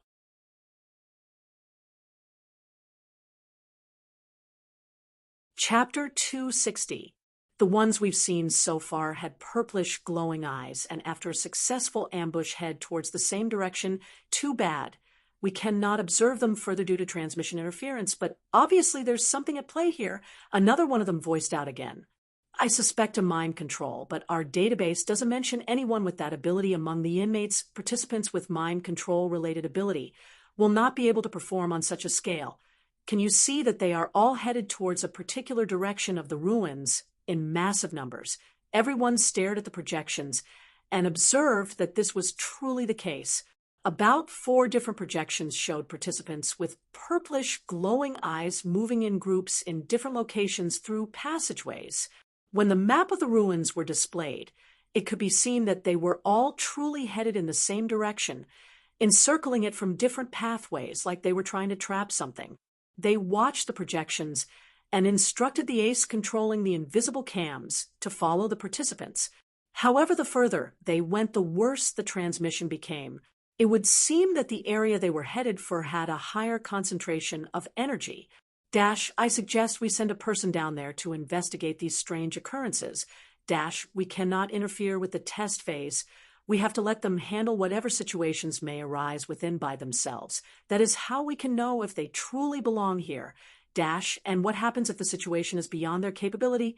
The research team has properly investigated the ruins before the start of the 5th phase, so I believe candidates with potential should be able to handle it. The higher-ups argued back and forth on the decision to make about the current situation. Great Commander Cheyenne had a contemplative look on his face as he leaned forward and placed his hands that were clasped together on the table. I agree with them, Great Commander Cheyenne. We could send someone in with the command to not interfere. Young Joe finally picked his side. Great Commander Cheyenne still sat with a contemplative expression on his face. The room turned silent because they could tell that he was about to make a critical decision. Those four geezers left observation of the last phase to me without any plans of attending. Now I have to make all the decisions myself. Great Commander Cheyenne gave a low sigh as he thought. We shall send in an official to go in and observe the happenings with the command to not interfere. The official will only interfere if the danger of the situation is beyond the level that the participants can handle, Great Commander Cheyenne voiced out. The official will infiltrate the ruins as a new inmate. The only issue now is who to send, Grand Commander Cheyenne added. Well, Great Commander Cheyenne, I have someone in mind, young Joe said with a straight face, but internally he was grinning. This way, his secrets will be revealed to me, Young thought. Oh, and who would that be, young Joe? Great Commander Cheyenne asked while running his fingers through his yellow beards. His N. Before young Joe could complete his sentence, a loud sound of collision was heard. Bang! The door was blasted to the side by a foot. A blue-colored female shoe with heels was the first thing that was noticed since it was responsible for blasting the door to the side. Step, step, step, step. A lady with beautiful ash-colored hair and an aloof expression walked in. She was dressed in a knee-length red gown with a long green jacket draped around her shoulders. This person happened to be Miss Amy. What is she doing here? This was the thought of everyone as she walked in. I'm so sorry, Sirs Moss. She got in before I was able to stop her. A male official ran in behind her, begging. Not to worry, you can go back to your work position. Grand Commander Cheyenne stopped the official before he could continue speaking. What did you say about sending someone in? Miss Amy voiced out while standing in front of the huge table. Young Joe squinted his eyes while staring at Miss Amy. An unexpected variable has appeared. Pa, bam, pa, bang, boom, swee-eye, bang. Sounds of attacks rang out as a battle between a single person and a group of participants played out in a particular part of the ruins. Gustav was currently surrounded by numerous participants being mind-controlled by the rock. Earlier, after finding out his location, Gustav had to jump down from the rock due to the bombardment of attacks. The moment he did that, he knew he'd have to face this mob. His body was no longer looking camouflaged, so they could see him unless he repeatedly made changes to blend into the environment while fighting them, which is impossible. Their objective was to bring him to the rock being. So they went full force on him according to its will. Gustav had to fight this mob without the intention to kill. This is because he felt killing this number of participants would cause some issues for him in the future, especially when they were mind-controlled. This didn't necessarily make him pull his punches because his stats were still halved. Bang, bang. Gustav blocked 2 full-powered attacks with his arms crossed from a participant with a massive build. He slid back a bit and used the force to do a flip, kicking 2 participants in the face that way. Pooh. Gustav spat out blood towards the side and cleaned his lips before leaping upwards to dodge the attacks headed for his direction. He threw out his fist and legs, repeatedly slamming into the participants surrounding him and putting them out of commission. Every one of his kicks and punches sent them flying. However, he was also on the receiving end of some attacks. Due to the numbers, he wasn't able to dodge them all.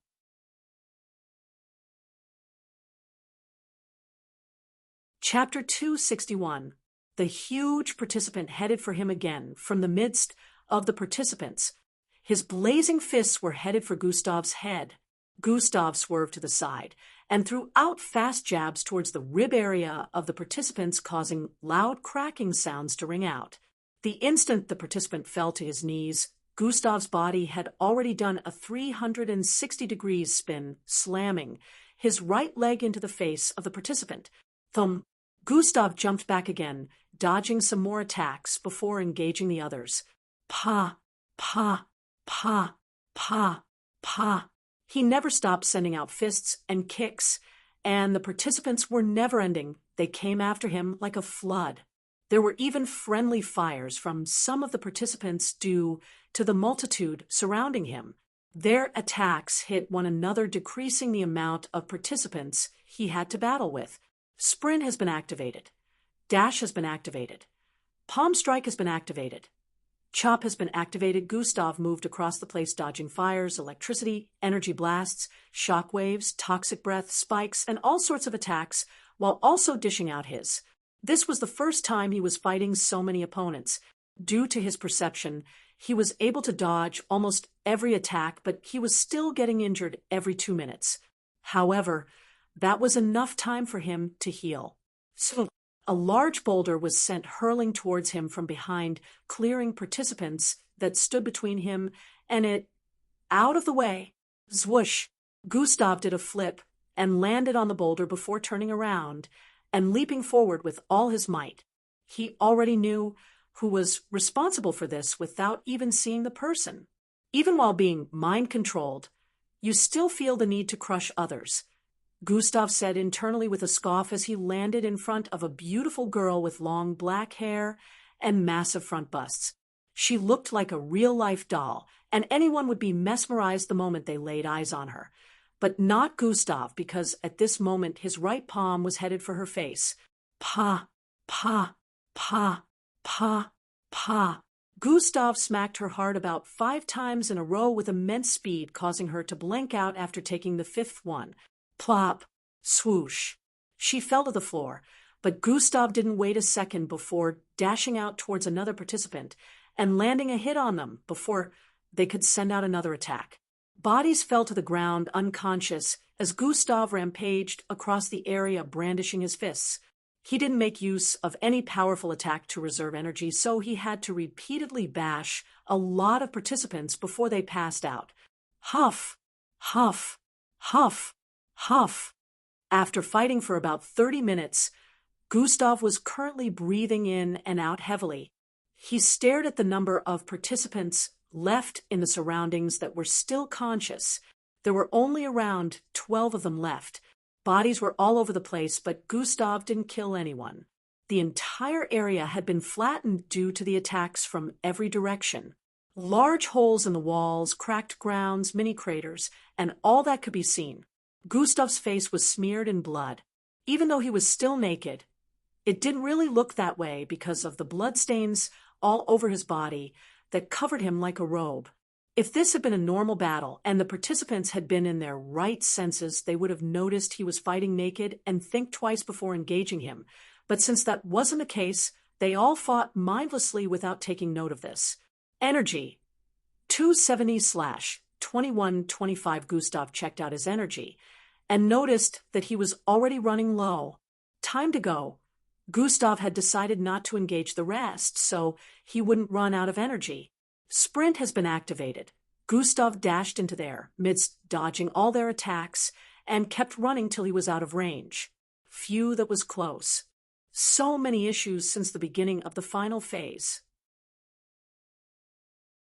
Good thing tomorrow is the last day, Gustav said internally with a look of relief as he dashed into one of the passageways. At this time, it was already late in the night. Gustav still had around 2 hours left before his stats would return to normal. He planned to hide out till then.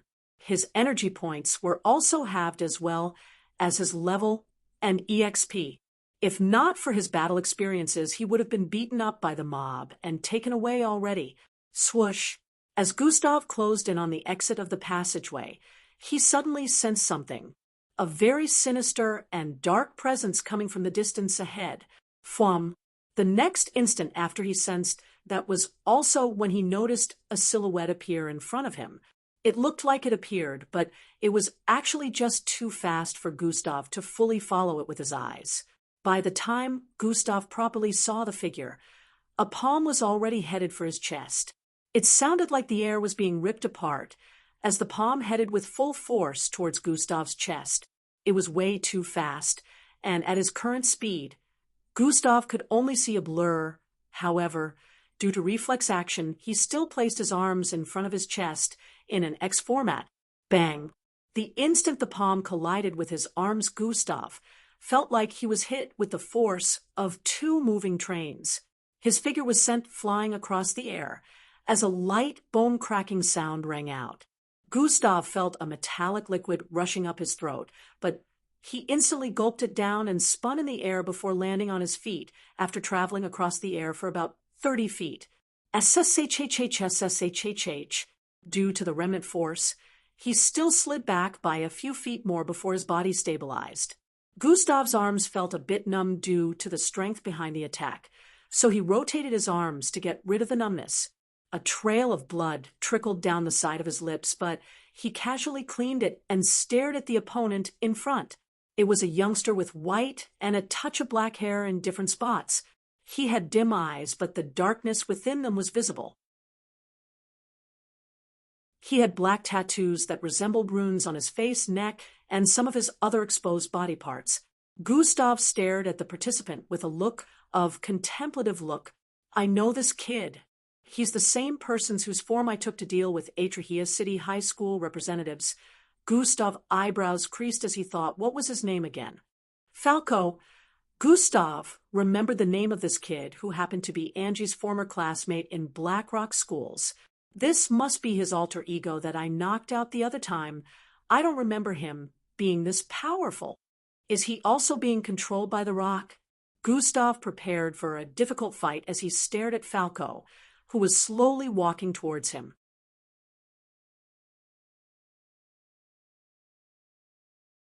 Chapter 262. This must be his alter ego that I knocked out the other time. I don't remember him being this powerful. Is he also being controlled by the rock? Gustav prepared for a difficult fight as he stared at Falco, who was slowly walking towards him. Gustav could remember knocking Falco out twice when he met him in the bathroom. At that time, Gustav wasn't even aware of Falco's alter ego. So, it took him by surprise when he knocked Falco out repeatedly before he could attack. In that brief time, Gustav had noticed the difference between the two. Now, Gustav felt he might have just gotten lucky at that time because the alter ego hadn't stabilized himself before Gustav struck again. Falco approached Gustav with a frown on his face. I could hardly see his movements earlier. His speed is almost comparable to my original, Gustav said internally as he pushed his perception to the limit, trying to capture every single movement around him. His plan was to read the moves of Falco as they battled, so he would be able to dodge them in a timely manner, even though Falco was currently faster than he was. Falco paused his footsteps after arriving 15 feet in front of Gustav. He stared at Gustav angrily, like he had a personal vendetta against him. I will return the favor, Falco voiced out before dashing forward. Swoosh. Return the favor? Gustav didn't get the chance to unravel the meaning of that statement before Falco arrived in front of him with an outstretched hand. Gustav, spreading his perception to the max, already used Falco muscle movement to predict where the attack was headed and swerved to the right. He was able to dodge Falco's thrust by only half a centimeter. SCCRHHH. A small cut appeared on his right cheek due to the shock waves from the palm. Falco didn't waste time before thrusting out his left palm. Also, swerve. Gustav swerved again, dodging that, and it became a game of thrust and dodge between them. Gustav was always moving out of the way before Falco thrust his arms out. If not for that, he would have been pierced through by now. Falco's fingers were black and 2 inches long, and he wasn't just thrusting out his palms. He was actually thrusting out his fingers in a piercing format. Gustav could tell that if those fingers made contact with his body, it would pierce through his skin. Gustav's mind was constantly thinking of ways to deal with Falco without having to use too much energy or reveal more of his abilities. They were currently engaging each other in a passageway, so the harmful energy from the mining crystal was not too dense. Gustav could tell that the MBO would be able to see this particular location with hidden cameras, since there won't be transmission interference. Why did he say that? Though, it doesn't look like he's being controlled by the rock. Gustav wondered internally as he kept dodging the thrusts. Every thrust from Falco was done with the intent to inflict severe injuries. A weaker mixed blood would find themselves at death's door if they were pierced once. It wasn't the same as the participants that were attacking him earlier due to mind control. They weren't attacking with the intention to kill Gustav or seriously injure him, unlike Falco here. Swoosh! Falco dashed towards the left and sent out a kick towards Gustav's neck. Gustav bent backwards, causing Falco's leg to sweep over his body. He placed his hands on the ground and used them to push himself backwards. Thump, thump. Gustav jumped backwards twice to distance himself from Falco. I don't have time for this. Gustav was trying to get as far away from this place as possible, but due to this, he was being delayed. Now that he knew Falco's alter ego wasn't being controlled, he decided to try and reason with him. Why are you doing this? Gustav asked, just as Falco was about to dash out again. Are you trying to play dumb right now? Did you think I wouldn't be able to recognize you again because you've changed a little? Falco said with a tone of annoyance. Gustav exclaimed. This is payback. I will not accept being knocked out by a lesser being. Falco voiced out before dashing out once again. This time he moved faster than before. He arrived in front of Gustav again and swung out his fingers. Gustav swerved to the side, but suddenly dark energy resembling a scythe's blade was created from the swing. Gustav wasn't able to escape the full range of the dark scythe blade, and his left arm was slashed by the edge of the blade. Bang! The dark energy blade slammed into the ground behind Gustav, and a 3 meters wide crevice was created with cracks surrounding it. A 3 inches gash appeared on Gustav's left arm with blood dripping out. Ugh! Gustav growled with a look of pain as he spun and swung out his feet in response. However, Falco was quick to dodge and swerved towards Gustav back to send out another attack. KRRHHKKKK. Icicle-like covering appeared on Gustav's back as the attack connected, slamming into his back. Gustav was sent flying due to the force. However, he wasn't injured. Falco dashed forward and appeared in front of him again. Swing. Falco swung his foot towards Gustav's face. Grab. Gustav grabbed onto Falco's feet tightly, but was still thrown to the side by the force of Falco's kick. He lost his balance and was falling towards the ground, but it would seem that Falco still wasn't done with him. Swee-eye. 2 fingers were headed for his eyes. You will lose your eyes for making a fool out of me, Falco voiced. Gustav gritted his teeth as he noticed the fingers 2 centimeters away from his eyes. Gravitational displacement has been activated. 100 EP, damn it, I had to resort to this, Gustav said as he activated gravitational displacement. The force of gravity around Gustav suddenly changed, and his body descended faster, causing Falco's fingers to pierce into his hair. Scruffles of Gustav's hair were sliced off due to that.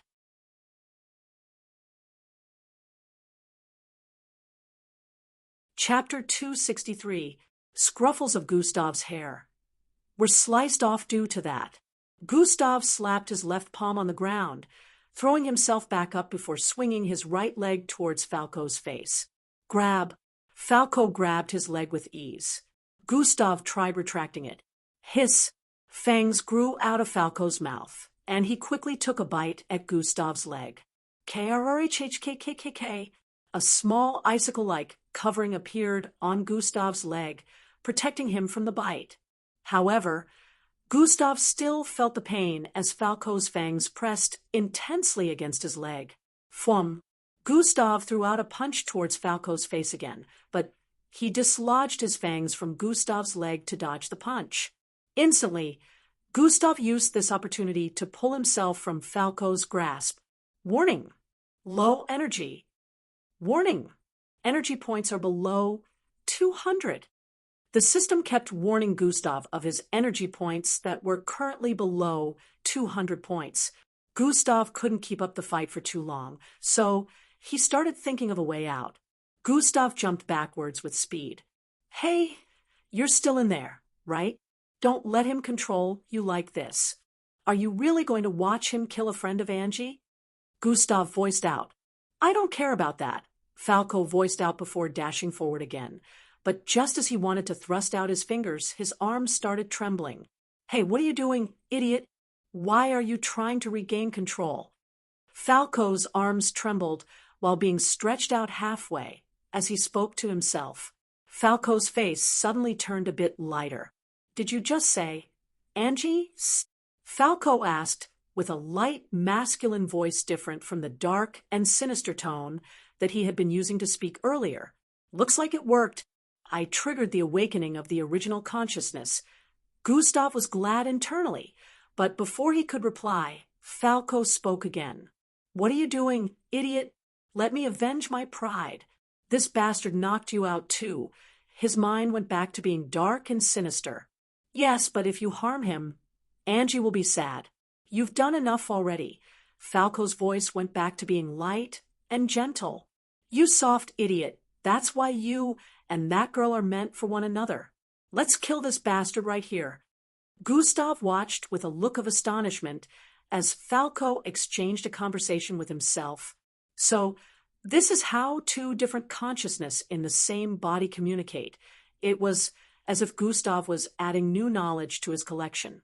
Sprint has been activated. Swoosh. While they were arguing, Gustav suddenly dashed to the back of Falco and locked his neck in a tight grip. His arms transformed as he used the bull's strength to squeeze Falco's throat.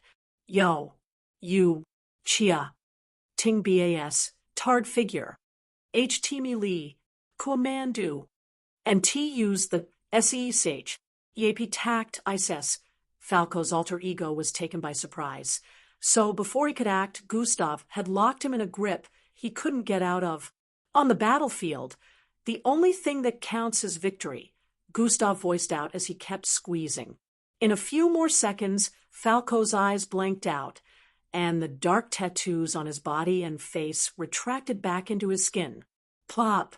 He fell to the ground unconscious.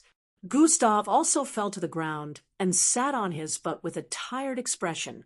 "Petty idiot.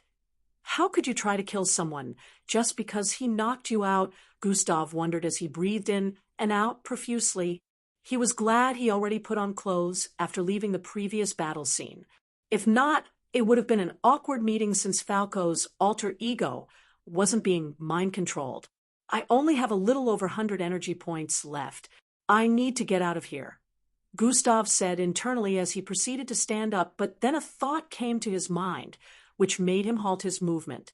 Gustav brought out a rope and tied Falco tightly before lifting him and placing him on his shoulders. It would be a pain in the... but if this guy is taken and ends up being a puppet of that rock being later on, Gustav thought as he activated Dash. Swoosh. In a few minutes, Gustav had arrived in a small settlement of inmates. These ones also happened to be aliens, but unlike most, they weren't hostile. He found somewhere to settle down with Falco and started making plans to deal with the rock. "I have to wait till I have regained my original stats back." Gustav calculated that only about an hour was left for his stats to return to normal. Currently, it was midnight, but somehow a lot of participants were awake. It was mostly due to the fact that groups were being ambushed by participants with purplish glowing eyes all over the ruins. The groups had to stay awake to battle these participants that ambushed them at unexpected times to steal their gathered stones. Today was the last day of the final test phase, and it would seem that everyone would be awake for the next 24 hours. Why would that rock being need me? And the stones to be free? I have a feeling that the MBO doesn't know about this. It is well above the level that kids my age can handle, but I think I've seen that location before. Gustav thought about the location of the rock existence and brought out his virtual map. Using the remnant energy from life signs tracking, Gustav traced the location on the map and figured out the place. So, this is why Gustav noticed that the location was on the other side of the hole he spent night and day in. If he could jump over the hole, he would only need to go through one passageway before turning to the left and arriving at the location. While Gustav was planning, he heard someone call out to him from the front. "Hey, Gustav, you're here too?" a dark-skinned kid with a handsome face and bushy afro hair voiced out as he approached Gustav. Gustav remembered working with this participant to deal with the first mixed breed they met after arriving here on the first day. "What's up? How is it going?" He asked with a smile as he arrived in front of Gustav. "Huh? Why do you look so tattered and bloody?"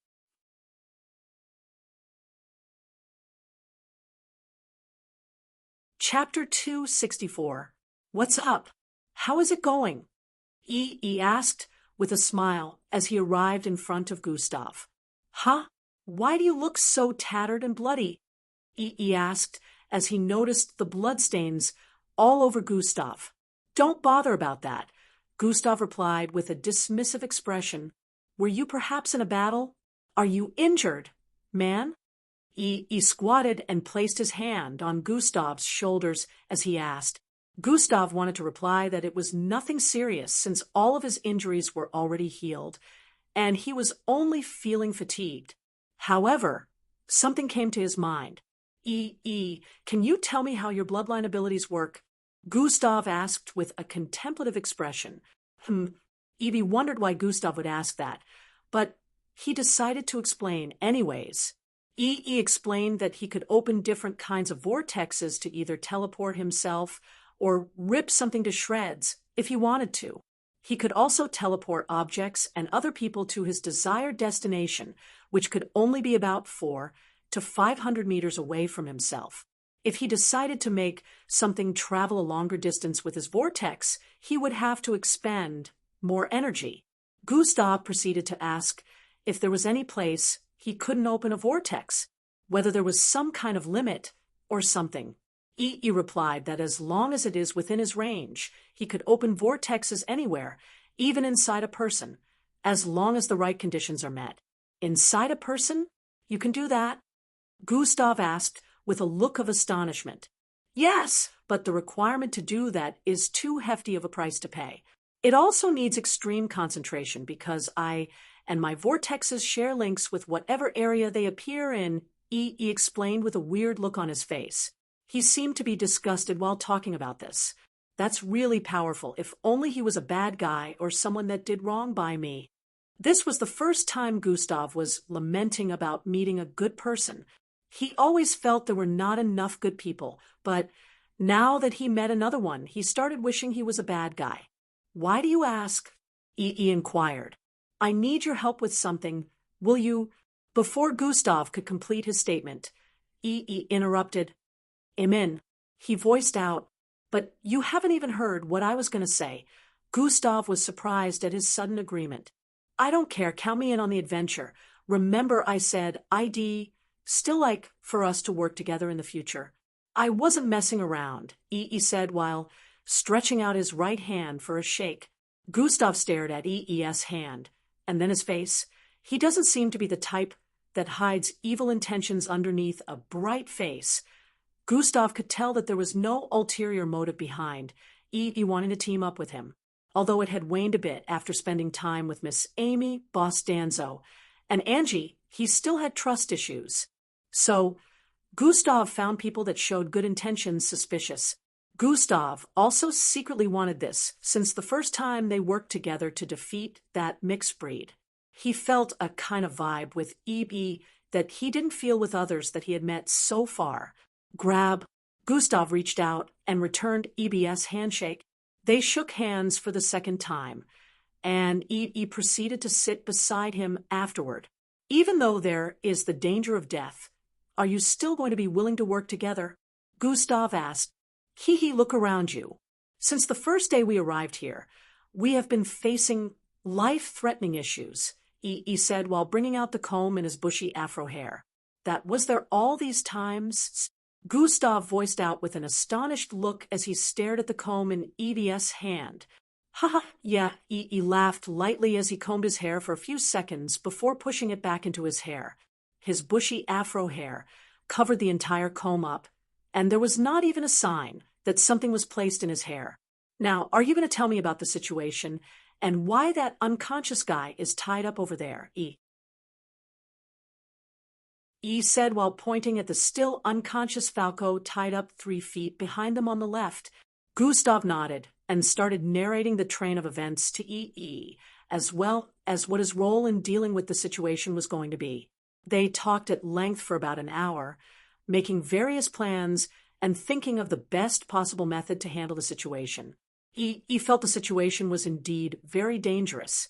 What if these participants remain mind-controlled after the final phase had ended, and they go on to join the MBO and become leading forces in the future?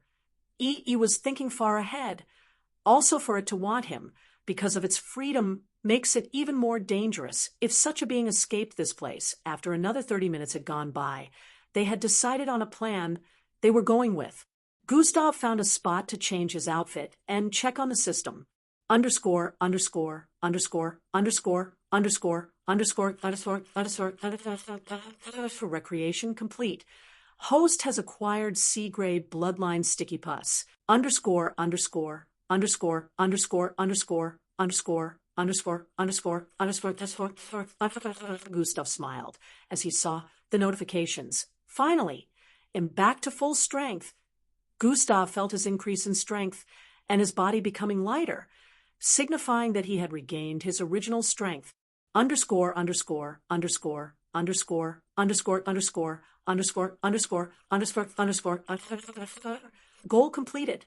Combine a total of 10 bloodlines plus 50,000 EXP plus 3,000 credits. Underscore, underscore, underscore, underscore, underscore, underscore, underscore, underscore, underscore, Gustav saw the completion of another goal and felt elated once again.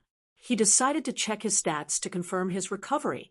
Underscore, underscore, underscore, underscore, underscore, underscore, underscore, underscore, underscore, underscore, underscore, underscore, underscore. Host attributes. Name: Gustav, Crimson level, 21 class, sub-parallel, Bing XP, 637-8, 100/3360-000 HP, 9590/9600 energy, 4250/4250 attributes, strength, 67 perception, 64 mental fortitude, 64 agility, 64 speed, 66 bravery, 64 intelligence, 65 charm, 64 defense, 64 vitality, 66 endurance, 69 attributes points, 23 underscore, underscore, underscore, underscore, underscore, F4. Everything is back to normal. Now, I wonder how many EXP he'll get if I manage to kill the rock being. Gustav held his chin as he thought. Quest has been issued.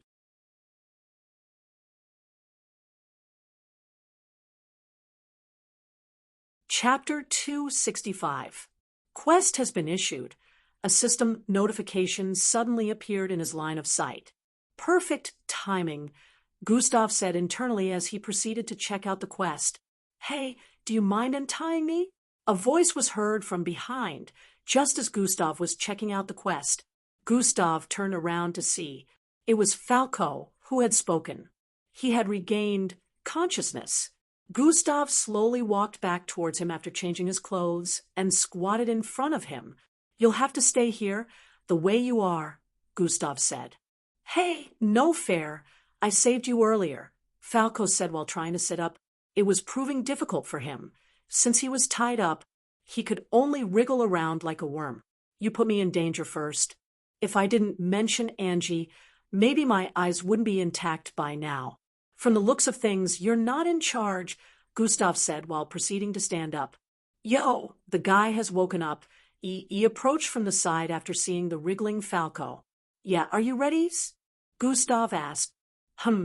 He nodded in response. Are we leaving him here? He proceeded to ask. Yes, Gustav said with an unbothered expression while turning around to start walking forward. Hey, don't leave me here. Humph. Falco shouted out as he struggled to free himself. Gustav ignored him and kept walking forward. Falco turned to stare at EB with a pleading expression. E smiled wryly and turned around. I don't want him to rip my head off. You have business with him, not me. E kept walking forward and caught up with Gustav. I don't know what you got with him, but is it okay to leave him like that? E asked while walking beside Gustav. He'll be fine. He's almost as strong as I am, Gustav replied with a dismissive look. Oh, he is? All right then. E decided to overlook it, but he was a little surprised. That weak-looking guy is almost as strong as he is? E felt this was why they say never judge a book by its cover. Falco stared at Gustav, and E.S. back as they got further and further away. This is all your fault. Why are you so petty? Falco shouted out. Shut up, you weak idiot. Always going soft, toy. Falco still replied himself and spat out. However, his voice sounded quite different. Always going hard. And guess what? You lost. And he knocked you out again. Falco voiced out with a burst of light laughter. You little step. Huh?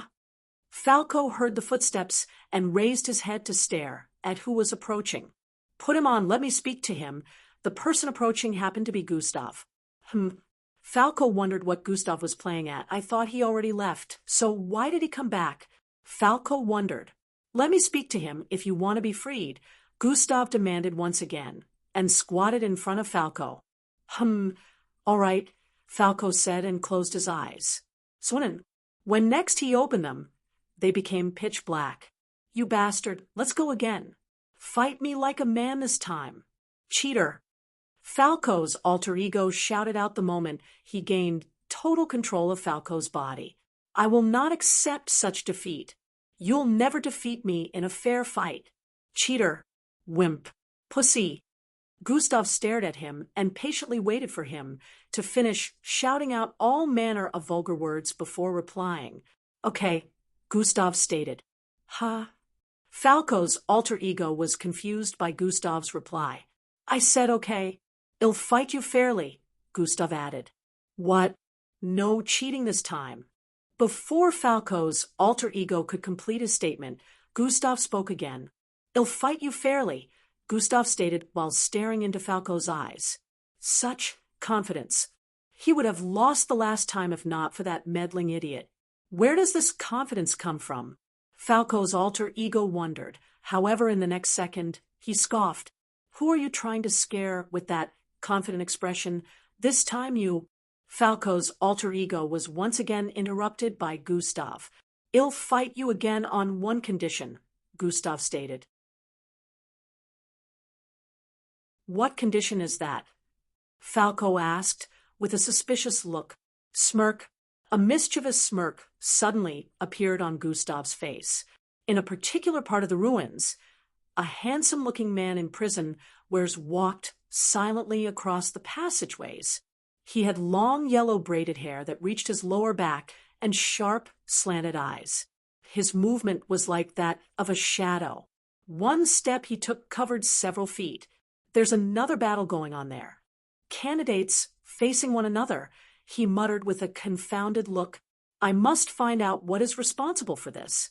However, taking one of them hostage is not an option. Revealing myself to whoever is responsible won't grant me any gains, he said to himself as he arrived at an intersection. He placed his back against the wall and turned his face to the right to observe what was happening. I must keep observing for now. In another part of the ruins, two young girls were conversing with each other, one with silver and pink-colored hair, and the other with long, white hair. Are you saying I attacked Gustav? The girl with white hair asked with a crestfallen look. Are you saying you don't remember? The silver and pink-haired girl asked in response. I only remember bits and pieces. Oh my God, I did attack him. He's never going to trust me now, the white-haired girl voiced out as her eyes turned watery. The girls conversing were obviously Angie and Maltida. Maltida seemed to have regained consciousness but couldn't remember everything that happened when she was mind-controlled. It's all right, Gustav knows that you didn't mean it. Angie placed her hand on Maltida's shoulder while comforting her. Maltida brightened a little after hearing that. but she still felt down knowing that she fought with him. She was worried about Glade at the moment, but she couldn't come up with any way of dealing with that rock existence due to its mind control power. What is more important at the moment is, do you remember the location of the place you fell under the creature's mind control? Angie asked. Yes, I remember the location. And I also remember that it wasn't a person, it was a rock, Maltida said with a look of contemplation. A rock. Angie was surprised by this discovery. You must be delusional. I guess that mind control effect is still there. Angie sighed while speaking. No, I'm serious. It was truly a rock. It looks strange and has some weird drawings all over it. Glade. And I thought it was just a normal rock at first, but the moment it opened its eyes, we figured out how wrong we were. We couldn't resist its voice. It was so compelling, and our bodies would do exactly as the creature instructed. Maltida explained lengthily with a look of fear on her face. Calm down. Are you telling me the truth? Did everything you're saying right now truly happen? Angie asked while holding tighter onto Maltida's shoulders. Yes, it wasn't just Glade, and I remember many others being under its mind control too, Maltida added. Then, why did it want Gustav and I? Angie asked. It could see our memories, so it checked for participants with abilities that would be useful for it. It saw your abilities as well as Gustav's from our memories. Maltida paused for a brief moment before continuing. It wanted to control you due to your speed, so you could gather many grand stones for him, while it wanted Gustav because... Maltida paused at this point. Because... Angie asked with a look of urgency as she noticed the look of fear on Maltida's face increasing. A strong mixed breed is needed as a sacrifice as well as a gargantuan amount of grand stones for its freedom. It wants to use Gustav as the sacrifice after noticing that he is the strongest among the participants, Maltida revealed. Angie stepped backwards twice with a look of fear on her face. Sacrifice? That means it wants to kill Gustav. Her face turned dark as she asked, Why? Yes, Gustav will die if he faces the rock being, Maltida voiced out. Hiss. Angie's face turned darker after hearing that. She stared at the ground as an aura of rage started to gather around her. Lead the way, she demanded while turning around. What? You can't go there. You won't be able to do anything. It will make no difference, Maltida said with a dissuasive expression. Only she and Glade understood the horrors of being mind-controlled by the rock. They were also able to see inside of his mind as he searched their memories, and all she recalled was darkness. Did I stutter? Lead the way. There's no way I'm letting him face the thing by himself, Angie voiced out. Oh, all right, Maltida answered and started moving. Looks like she's sure that Gustav would have figured out the location. I hope he truly has, because even with him there, we hardly stand a chance of defeating the rock. If he isn't there, our chances are zero, Maltida prayed internally. In another part of the ruins, two youngsters stood in front of a large hole. They were like a grain of sand before it. These two were E.B. and Falco. Why do we have to pass this place when that bastard is going in from the front? Falco's alter ego stared at the land after the large hole and voiced out. The land was thousands of feet ahead. The hole looked uncrossable. Stop sulking, man, or are you afraid of falling in? E.E. asked while chuckling. Humph. Afraid of this? Don't make me laugh. This is nothing, Falco's alter ego replied while folding his arms with an arrogant expression displayed on his face. All right then, this is all part of the plan, so let's do our best to work according to it, E.E. said while sinking into the vortex he conjured on the ground. Swan. He appeared on the other side, thousands of feet away. Humph, show off. Falco's alter ego voiced out before dashing towards the wall. I can perform better, he voiced out while dashing across the wall towards the direction of the other side. In another part of the ruins, a group of participants with purplish glowing eyes could be seen moving across a passageway. They were about 30 of them. And when they got to the end of the passageway, they turned left at an intersection heading towards a dead end. Hiding within the group, a youngster with green hair and pale, white skin looked around the place. "Looks like I was right. Time to end this," he said internally as they arrived at the dead end. So a pair of purplish eyes appeared within the hole on the wall.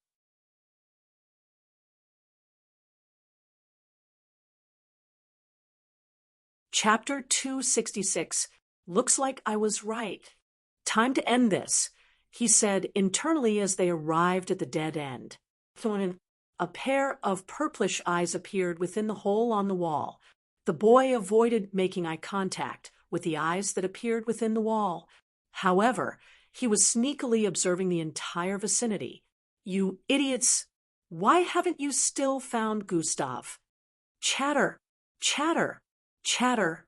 Some of the participants started trying to explain themselves, stating the part of the ruins they visited in search of Gustav. "You are all useless. I will not settle for a weakling that might end up making the sacrifice unsuccessful. I might have to do this myself."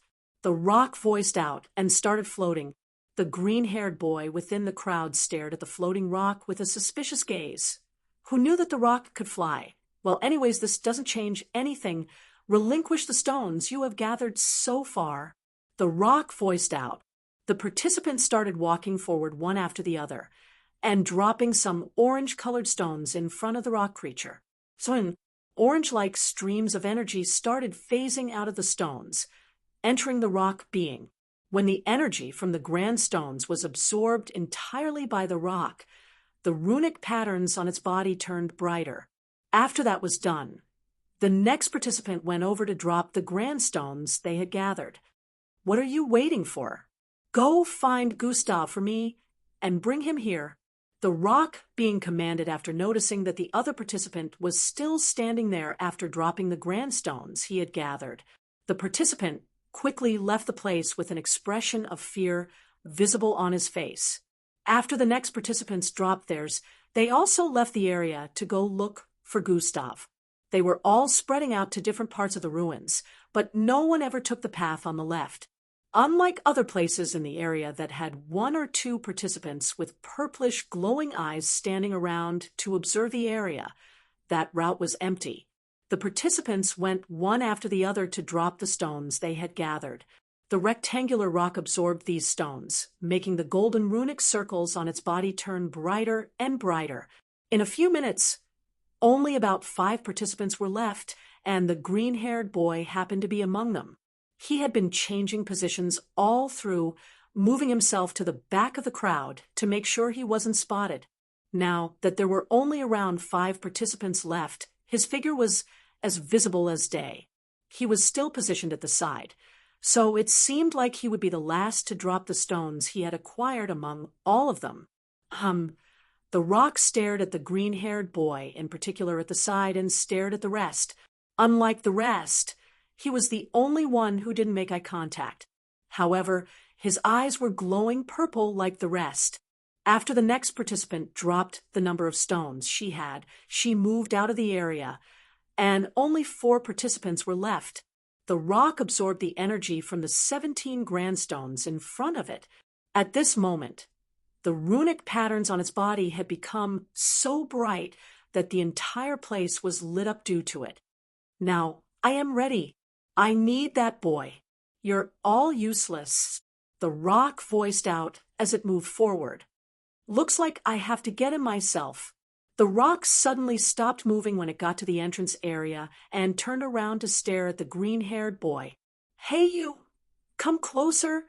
The voice of the rock boomed in the mind of the green-haired boy, who complied with the demand. He walked forward and stood 2 feet in front of the floating rock. "Why is your mind blocked from my reach? Unlike the rest?" the rock asked as the eyes on its body squinted in suspicion. 30 seconds more, it won't be ready yet, the boy said internally before replying to the rock. "My lord, I don't understand what you mean," he voiced out. "You must have been among those who regained control of their senses. I will put you underneath my control once again. Kneel. The green-haired boy knelt and looked up with a blank expression. Now submit to me. Host brainwaves are being manipulated by external forces. Mental fortitude needed for blocking brain manipulation. 60. A host has acquired enough mental fortitude to hindering brain manipulation. Brain manipulation has been successfully hindered, an entire 60 points. His mind control must be really powerful. The boy who was obviously Gustav disguised as another thought. Why isn't it working? Why can't I see into your mind? The voice of the rock could still be heard in his mind. However, it couldn't successfully manipulate it as it will. I don't know, my lord. You should try harder, Gustav suggested with a blank look. What did you say? Are you mocking me? No, that wasn't what I meant, my lord. Maybe you're just tired, Gustav replied. What nonsense! I am as energized as I have ever been. I just need Gustav to complete my task. The rock responded with a slightly annoyed tone. 30 seconds countdown met. The rock suddenly noticed the green-haired kid's smirk. He's right in front of you, Gustav voiced out while standing up from his knees. What? The rock exclaimed with a confused expression, but a large vortex suddenly appeared in front of the entrance in the next moment. Thrieric! It was so massive that it covered the entire entrance up, trapping everyone within it. The rock was still in confusion when the green-haired kid's skin tone, hair color, and height started transforming right in front of it. Trum, a 59 teenage boy with dirty blonde hair and superbly handsome looks, was now standing in front of it with outstretched arms. Gusta, sprint has been activated. Swoosh! Gustav grabbed it and dashed forward with immense speed, entering into the massive vortex in the blink of an eye.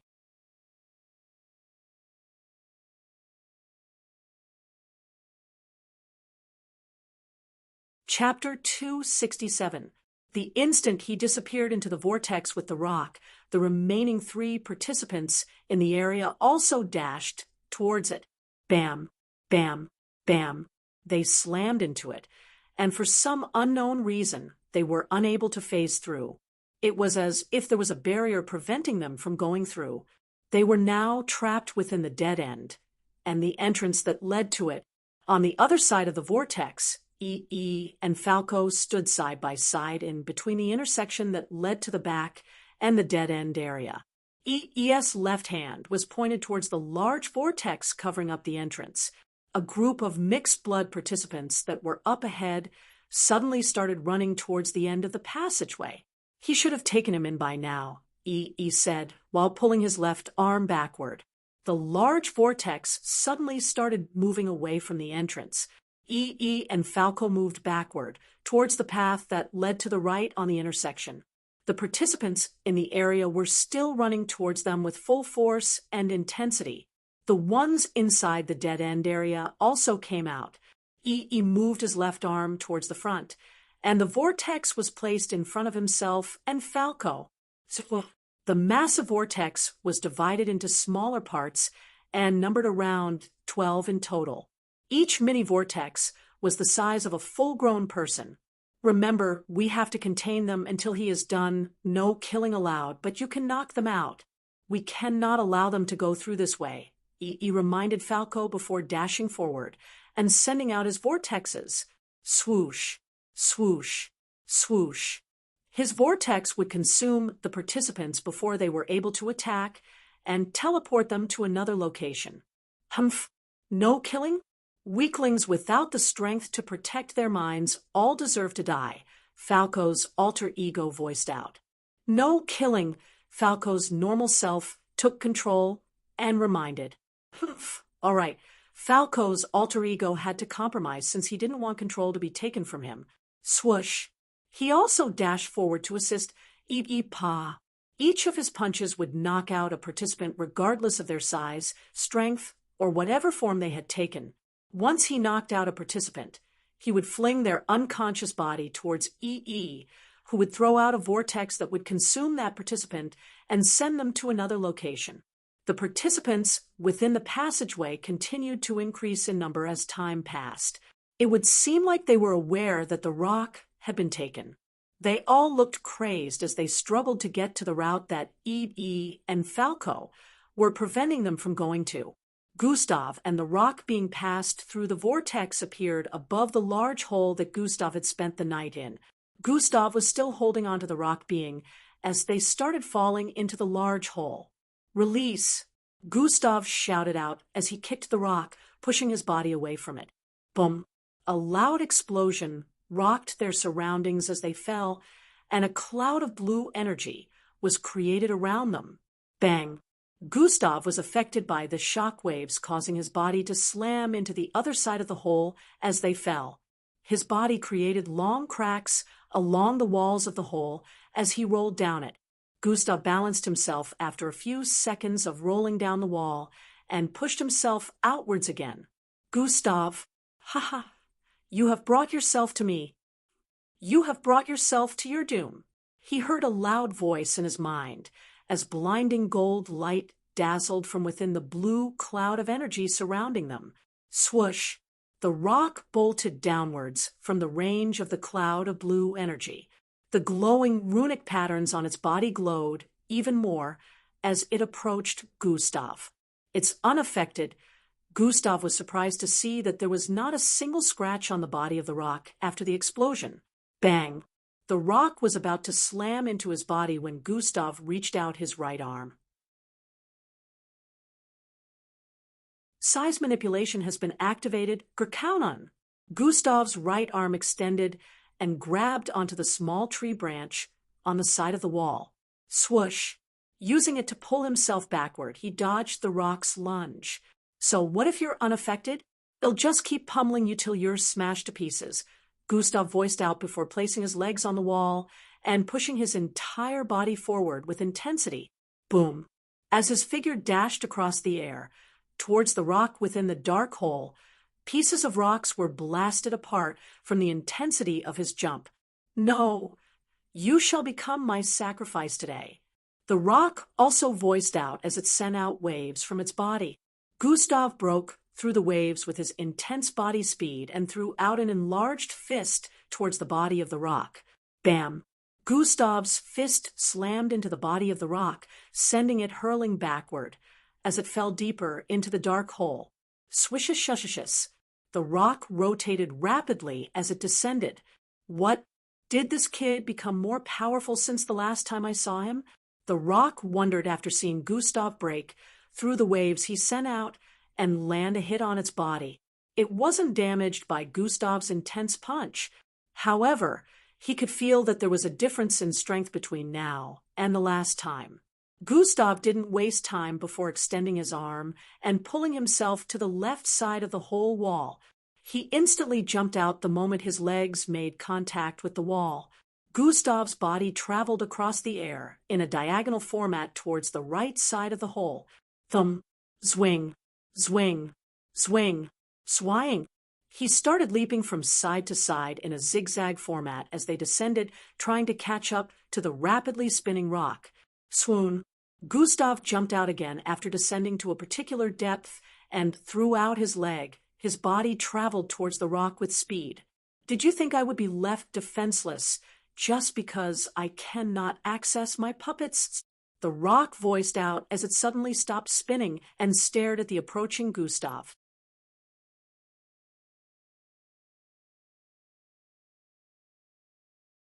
Chapter 268. Did you think I would be left defenseless just because I cannot access my puppets? The rock voiced out as it suddenly stopped spinning and stared at the approaching Gustav. Gustav's outstretched leg was only a few feet away from making contact with the rock when its purplish glowing eyes shot out a ripple of milky-colored waves. "I may not be able to control your mind, but I can still do this. Mind rip." The rock voiced out like the ripples spread from his position to the surroundings. Ha! The instant Gustav was hit with these waves, a loud screech reverberated inside his mind. SSSKKKYYRHHHHCCHH. Ugh. Gustav held his head as his brain was hit with intense sound waves. It felt so painful that his skull felt like it was about to crack open. My mental state is supposed to be protected, so why? Gustav wondered as he held his head from the pain. Bam!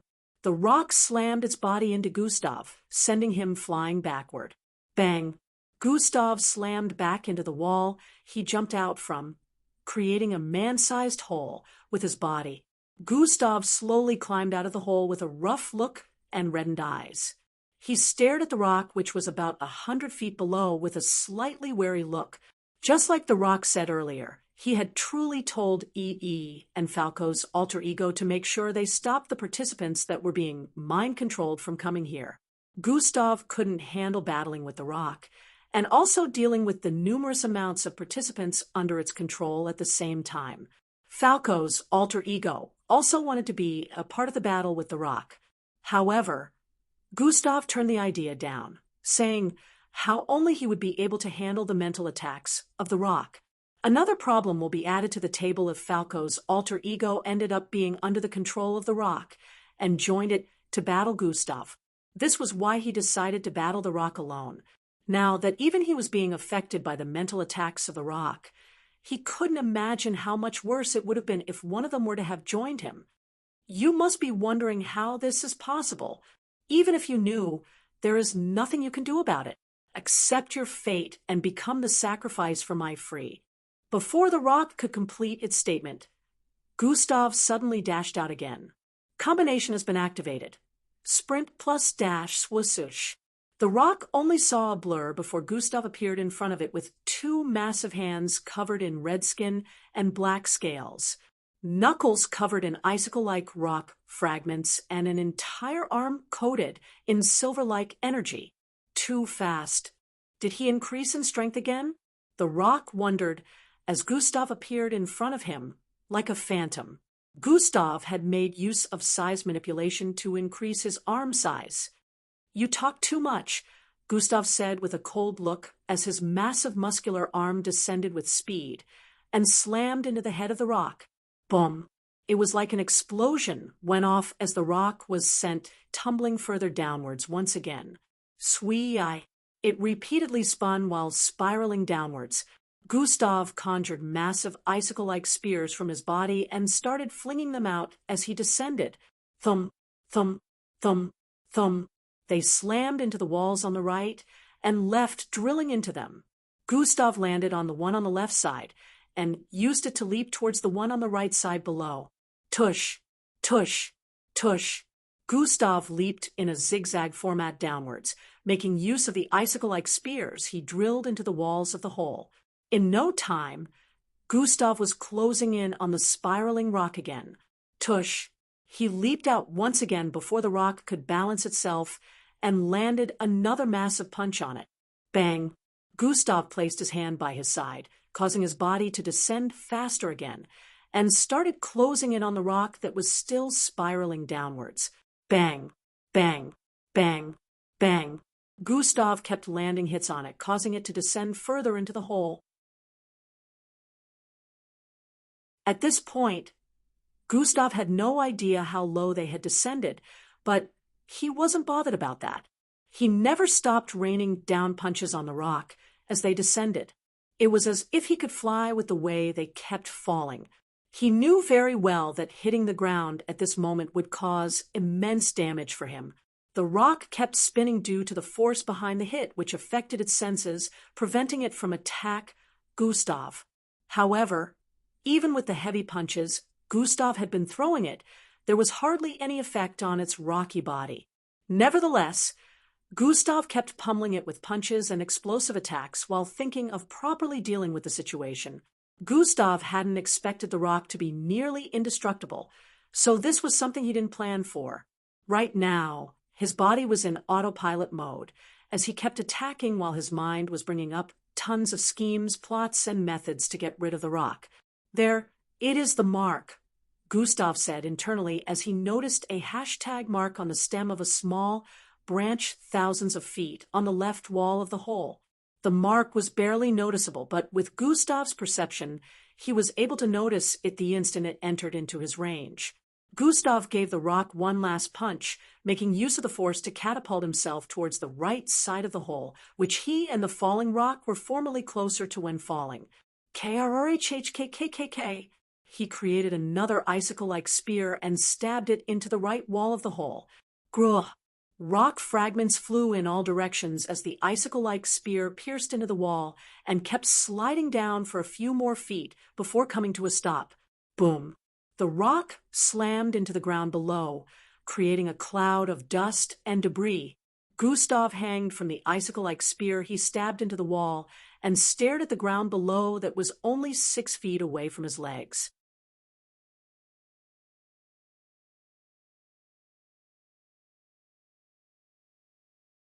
Chapter 269.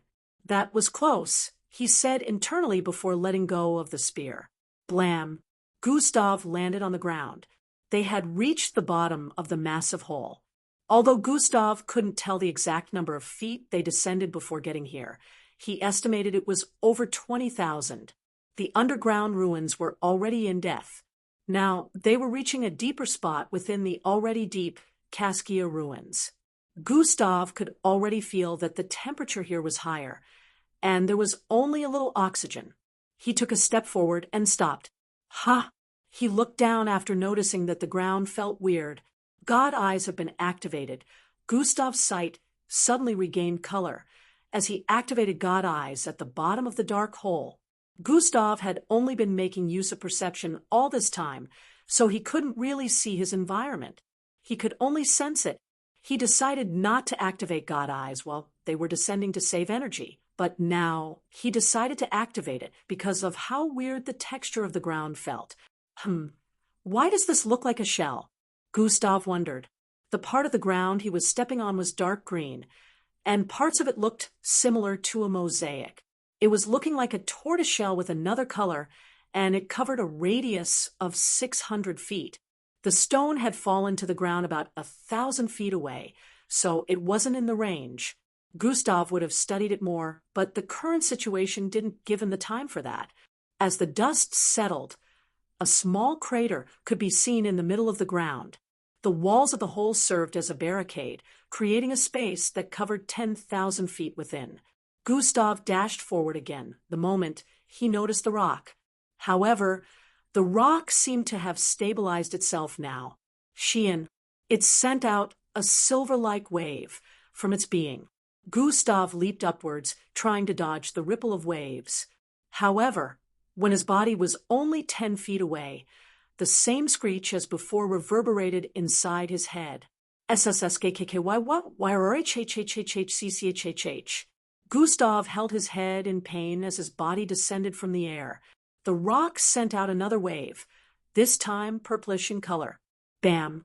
It slammed into Gustav, sending him flying backward. Gustav slammed his head into the shell-like area he landed on previously. A trail of blood flowed down his head as he struggled to get on his feet. You still don't know, do you? The rock voiced out while slowly floating towards Gustav. Gustav stood up and stared at the rock with a fierce look while cleaning the bead of blood rolling down the side of his head.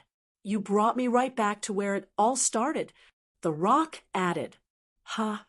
Gustav was confused by its words when the shell-like area he was standing on suddenly lit up. When outlines of purplish glowing arrows appeared all over the edges of the shell-like area, encircling Gustav. The entire space on the ground within the hole was lit up. The shell-like area seemed to resonate with the rock. The runic patterns on the rock started to change color as it moved closer to the shell-like area, from golden color to silver, and from silver to white. Currently, it was slowly turning to a blood-red color. Swoosh! Gustav dashed forward after sensing how off this area was. However, the instant he got to the edge of a shell-like area, he collided with a barrier that suddenly appeared out of nowhere. Bam! He got blasted backward due to that. The barrier became invisible once again after he was blasted backward. Thank you for spilling that drop of blood where I wanted it, the rock voiced out as it approached the edge of the shell-like area. Gustav stared at the ground and noticed that his blood really did drop onto the shell-like area. And now, it was floating a few inches above the ground in the middle of the shell-like area. Now, the sacrifice can begin. The rock laughed lightly as it spoke with a tone of victory. Gustav squinted his eyes upon hearing that and dashed forward. Bam! He was sent flying backward again by the invisible barrier. This doesn't look good. Even though Gustav knew he was in a kind of dilemma, he was still calm and collected. He thought of a way out while deciding to engage the rock in a conversation. What sacrifice? Gustav asked. Haha, do you not know? For me to be free, I need to be bathed in the essence of a powerful mixed blood. All the others in this hole have proven to be weaker than you are, and I want the highest chance of success. So I choose you. Rejoice. This sacrifice will extract the very essence of your being, which will be absorbed by me, freeing me from my shell. My freedom is at hand. The rock voiced out. That means you'll die after all this is done? Gustav asked again. Of course, you'll die. You will become an empty vessel without your essence. So, typically, you will be dead. The rock answered. Oh, I see. Gustav nodded while holding his chin. Why does this kid still look so calm? Other kids his age will be freaking out by now. The rock was somehow concerned about Gustav's calmness. So, you mentioned that I brought you back to where it all began. What did you mean by that? Gustav asked with a look of curiosity. See, if you're planning anything, it won't work. You can never escape from that entrapment. The rock voiced out with a tone of suspicion. Since I can't escape and will end up eventually dying, why don't you just tell me about it? At least I can die with closure. It won't be bad to understand some things since I have gonna die, Gustav stated. For someone who is about to die, he seems awfully calm, the rock thought, but then he also saw meaning in Gustav's words. I will start from how I ended up here, the rock voiced out. I am a Vindruella species from the northern star galaxy.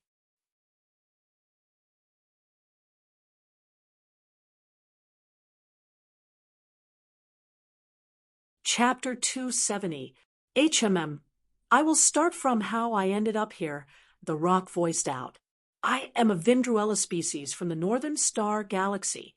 The rock started explaining.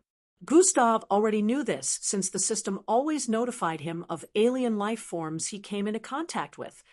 My planet was conquered by Earthlings years back, and I happened to be among the rebellion squad that was formed to fight back. It was a losing war between the Earthlings and the Vindruella Rebellion Force. The forces from Earth were powerful beyond what we could handle, and eventually we were all captured and sent to different prisons across the Earth based on our strength. I was sent here with 4 of my kinsmen, but now I am the only one left. The tone of the rock became a bit low at this point. During our years of rebellion, we had tried invading Earth also, and even successfully launched assaults. The moment we arrived on Earth, we were recognized by other mixed-blood inmates.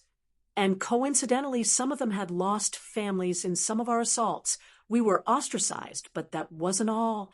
Day in, day out, they would bully me and my kinsmen. One day they decided to kill us since they were getting sick of breathing the same air as we. The rock looked up as it got to this point. We were brought to the top of this hole and kicked in. I and my kinsmen were left to rot within this hole, without food, water, or light. We tried leaving here through different methods, but it was of no use. One by one, my kinsmen began to die of hunger, until I was the only one left. I and my kinsmen initially dug different spots with our hands out of desperation, one of which happens to be that spot you currently stand on. After all my kinsmen were gone, I was also on the verge of death. I crawled to the spot you currently stand on and was on my last breath when I started hearing a voice inside my head. At first, I had thought I was hallucinating due to being on the verge of death. However, the voice became clearer and clearer. Do you want power? Do you want power? Do you want power? Do you want to live? The rock stared at the spot Gustav was standing on as it spoke. Being on the verge of death, I said yes, although I expected nothing. Suddenly, the entire place glowed up, and I sensed waves of energy gathering around me. Those waves of energy created a cocoon that engaged me within, which eventually transformed into the shell that I currently inhabit. When the rock got to this point, he understood a bit, so that isn't a rock. It's actually a shell. And the real him is within. Energy flowed into my being. My body inhabited the shell, putting me into a state of deep slumber for years. During those years, while I was in a state of sleep, my body changed. The voice gave me information, and I found out that it was the sentience of an immensely powerful energy crystal buried underneath.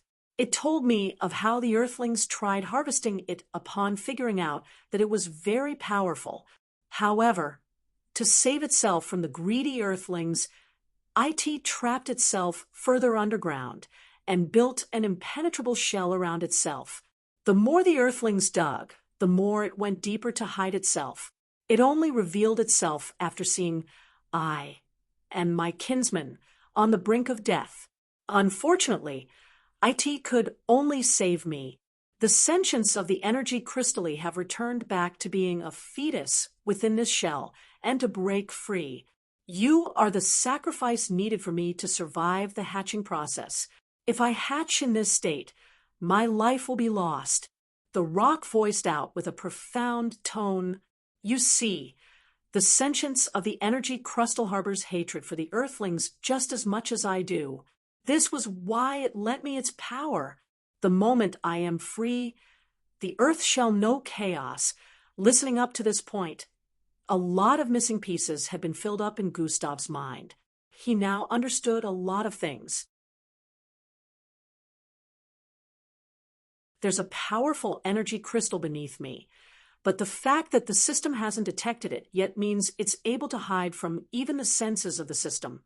Gustav was surprised at this fact since he already saw the system as a godly creation. Hey, system, you truly can't sense anything? Gustav asked internally with a slightly mocking tone. Gustav saw this appear in his line of sight and chuckled. I guess you're not as great as I thought. What's so funny? Have you lost your mind from the fear of death? The rock asked as it floated few inches in front of the barrier, holding Gustav back. Hee, nothing. I'm just laughing at someone's incompetence, Gustav said with a burst of light laughter. Humph, who are you calling incompetent? Do you think you will be able to escape from here today?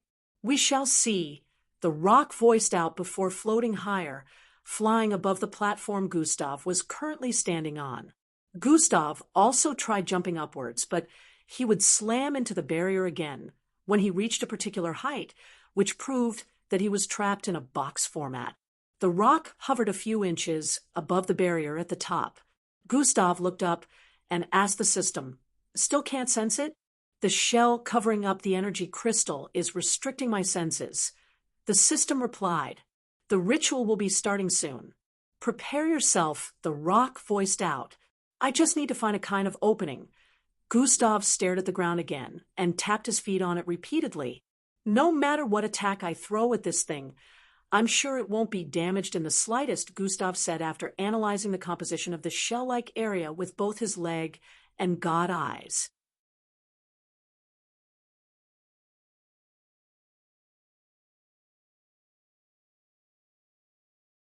Chapter 271. God eyes couldn't see through, but it showed him just how sturdy it was.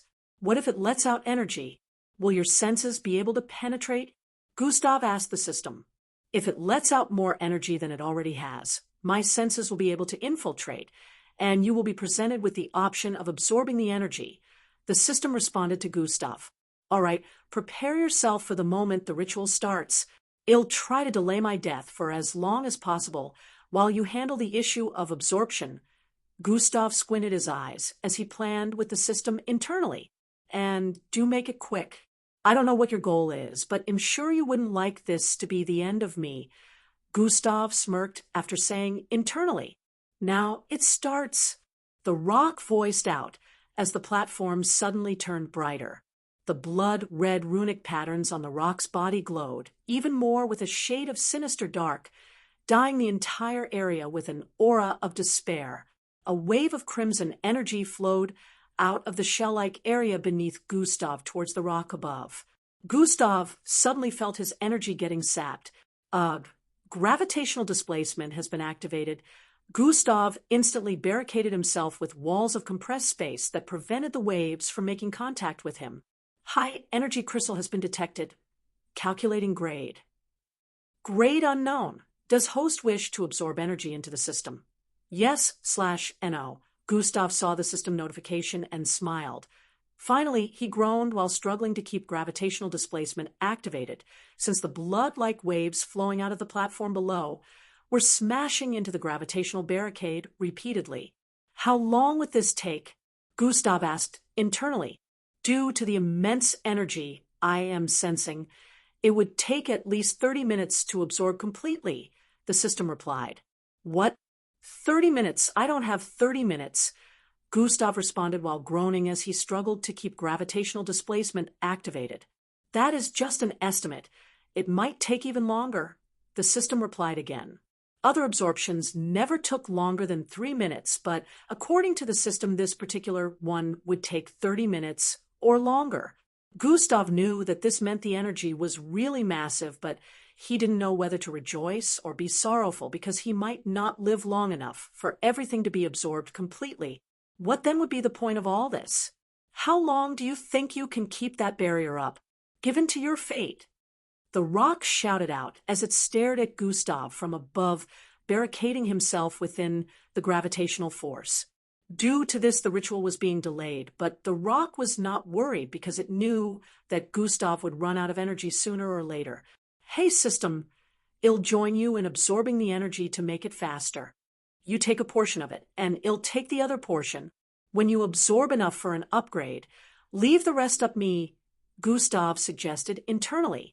You do know that your body will never be able to hold such amount of energy without exploding from the inside out, the system warned. I know. I have a plan, Gustav said internally. Oh, all right. Gustav conjured the biggest spherical orb he had ever created, which was almost as large as himself. He made some hand signs, and the energy from the platform started being sucked into the sphere. Gustav wasn't done yet. He conjured up 3 more and sent them towards the 4 corners of the platform. Gustav's breathing was already becoming rapid at this point. To conjure such large spherical energy and gravitational orbs made him spend a lot of energy. The rock stared at his actions from above with a suspicious look. The energy crystal just gave me a piece of information, the rock voiced out. Stop wasting your time. Its energy is almost infinite. The rock seemed to have figured out what was going on already. Almost infinite. Well, it's not infinite, is it? And there's no such thing as almost infinite. It's either it is, or it's not, Gustav smirked after he finished voicing out. Let's see if you can absorb its energy completely before your death. Increase. The rock voiced out. Brilliant. The blood-red energy waves coming from the platform below suddenly increased immensely. GRH. Gustav groaned as he struggled to keep gravitational displacement activated. The energy waves were slamming into the gravitational barrier he created with intensity. At this rate, I might not be able to keep this up for too long. System, how far have you gone with the absorption? Gustav asked internally as his forehead creased. Only 2% has been absorbed so far, the system replied. What the? Gustav exclaimed. You have to keep that gravitational barrier active if you want to remain alive. Gustav gritted his teeth and kept it up. His stamina as well as his energy were depleting at an insane rate, but this was the only way to go about it. The waves kept pouring out, and the rock above kept shouting for it to increase in intensity. Droplets of sweats were already starting to drop from Gustav's face as the gravitational barrier surrounding him decreased in size as time passed. Ugh. How far have we gone? I don't think I can hold this for much longer.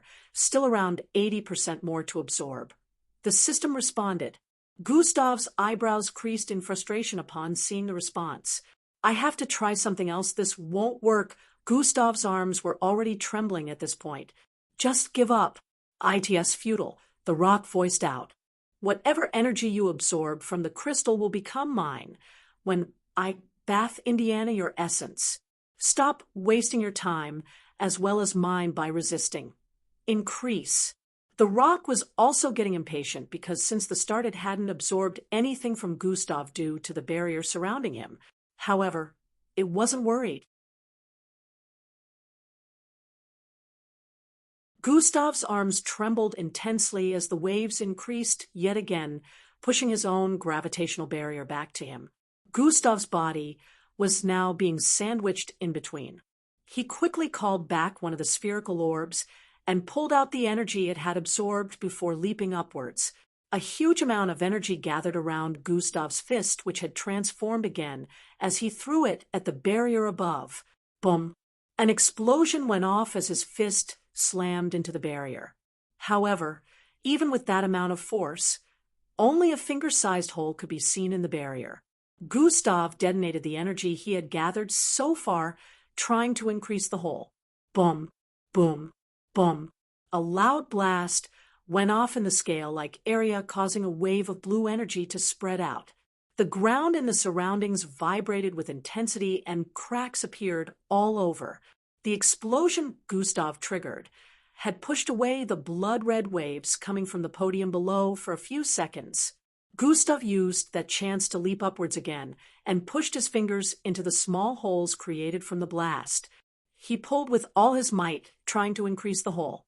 The rock above was a bit disoriented at first when the explosion went off, but the moment it regained its senses back, it noticed Gustav below trying to forcefully increase the gap in the barrier. Increase! It shouted out. For a moment, Gustav's eyes widened as he looked below him and noticed a massive amount of blood-red waves headed for him. Arfurg!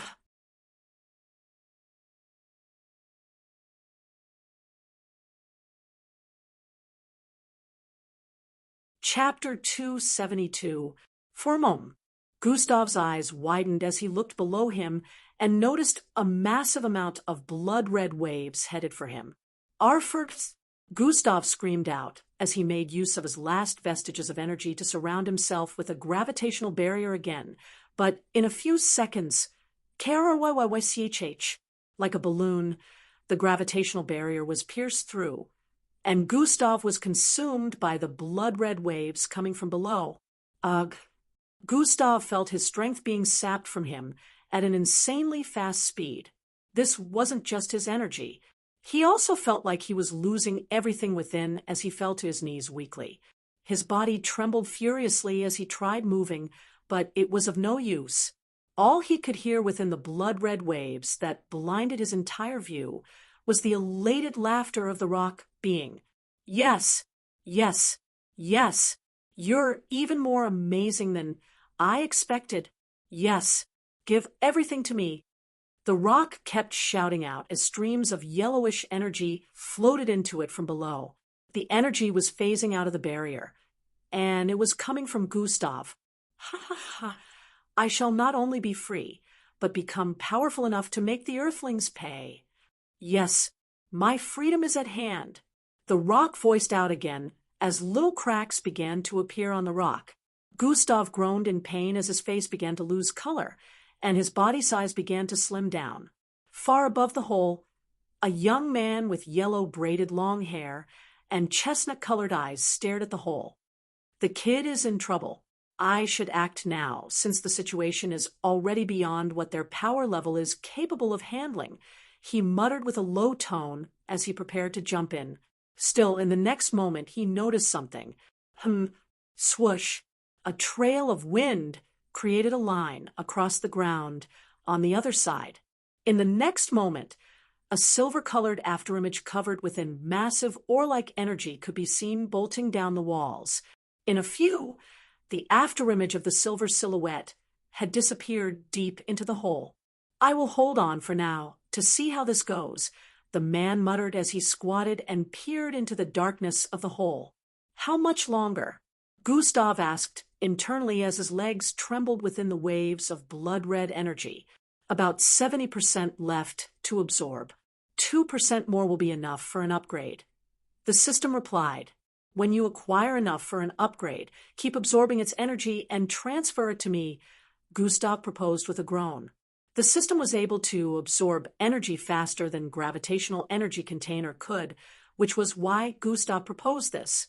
Your body will explode to pieces because it can't contain more than 2% of the crystal's energy. How do you intend on containing the rest of the 65%? The system asked. Just do it. Gustav screamed internally. All right. 1. 9% left. 1. 85% left. 1. 8% left.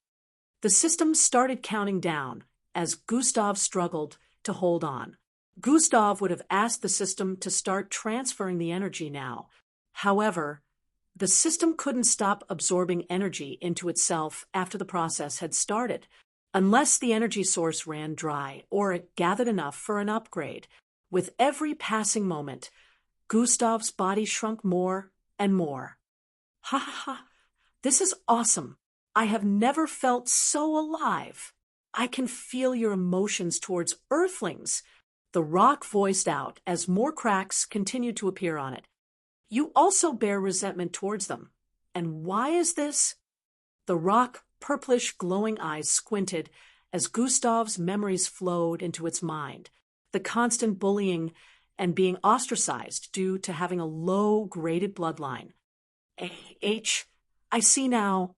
You and I are not so different after all, the rock said to Gustav, who had currently shrunk in width.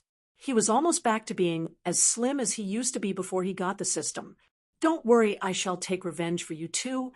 I shall drive the living creatures to extinction, the rock voiced out with a tone of righteousness. WWWRENOT the same. Gustav struggled to get up as he spoke. 1% left. I will not sacrifice another to gain power. 0. 95% left. And I certainly will not include people that had nothing to do with my suffering when concocting plans of evil. Gustav's legs wobbled as he stood up. 0. 90% left. His legs and arms had slimmed down so much that he could be mistaken for a toothpick. Gustav raised his trembling arms up and pointed at the rock. You are just a sick and weak piece of crap incapable of looking out for another means to gain power. Also, after gaining power, you will still end up using it for the wrong purpose and eventually meet your end after not achieving anything. After saying that, Gustav gave a thumbs down as his trembling arms lowered, and he fell to his knees once again. 0. 70% left. His eyes were already blurry, and his head was ringing so loud that he couldn't even see the system notification anymore. Oh, but you will meet your end before I do, the rock voiced out with a slightly anguished tone. Increase, it voiced out again. The blood-red waves increased in capacity. I see and hold on anymore, Gustav said internally as everything in his line of sight turned blank, and his figure started falling to the ground. Hold on, we're almost there. 0. 20% left. If Gustav's sight was still functioning, he would have seen the system calling out to him. However, at the moment, he had lost every bit of energy left in his body and was falling to the ground like a piece of clothing swaying with the waves. The cracks on the rock had already covered almost every part of its being. So, this is how it ends? Gustav chuckled slightly as his body descended. It was really good while it lasted, as Gustav was about to fall unconscious when he heard a loud scream, Gustav! It was a feminine voice that sounded quite familiar to him.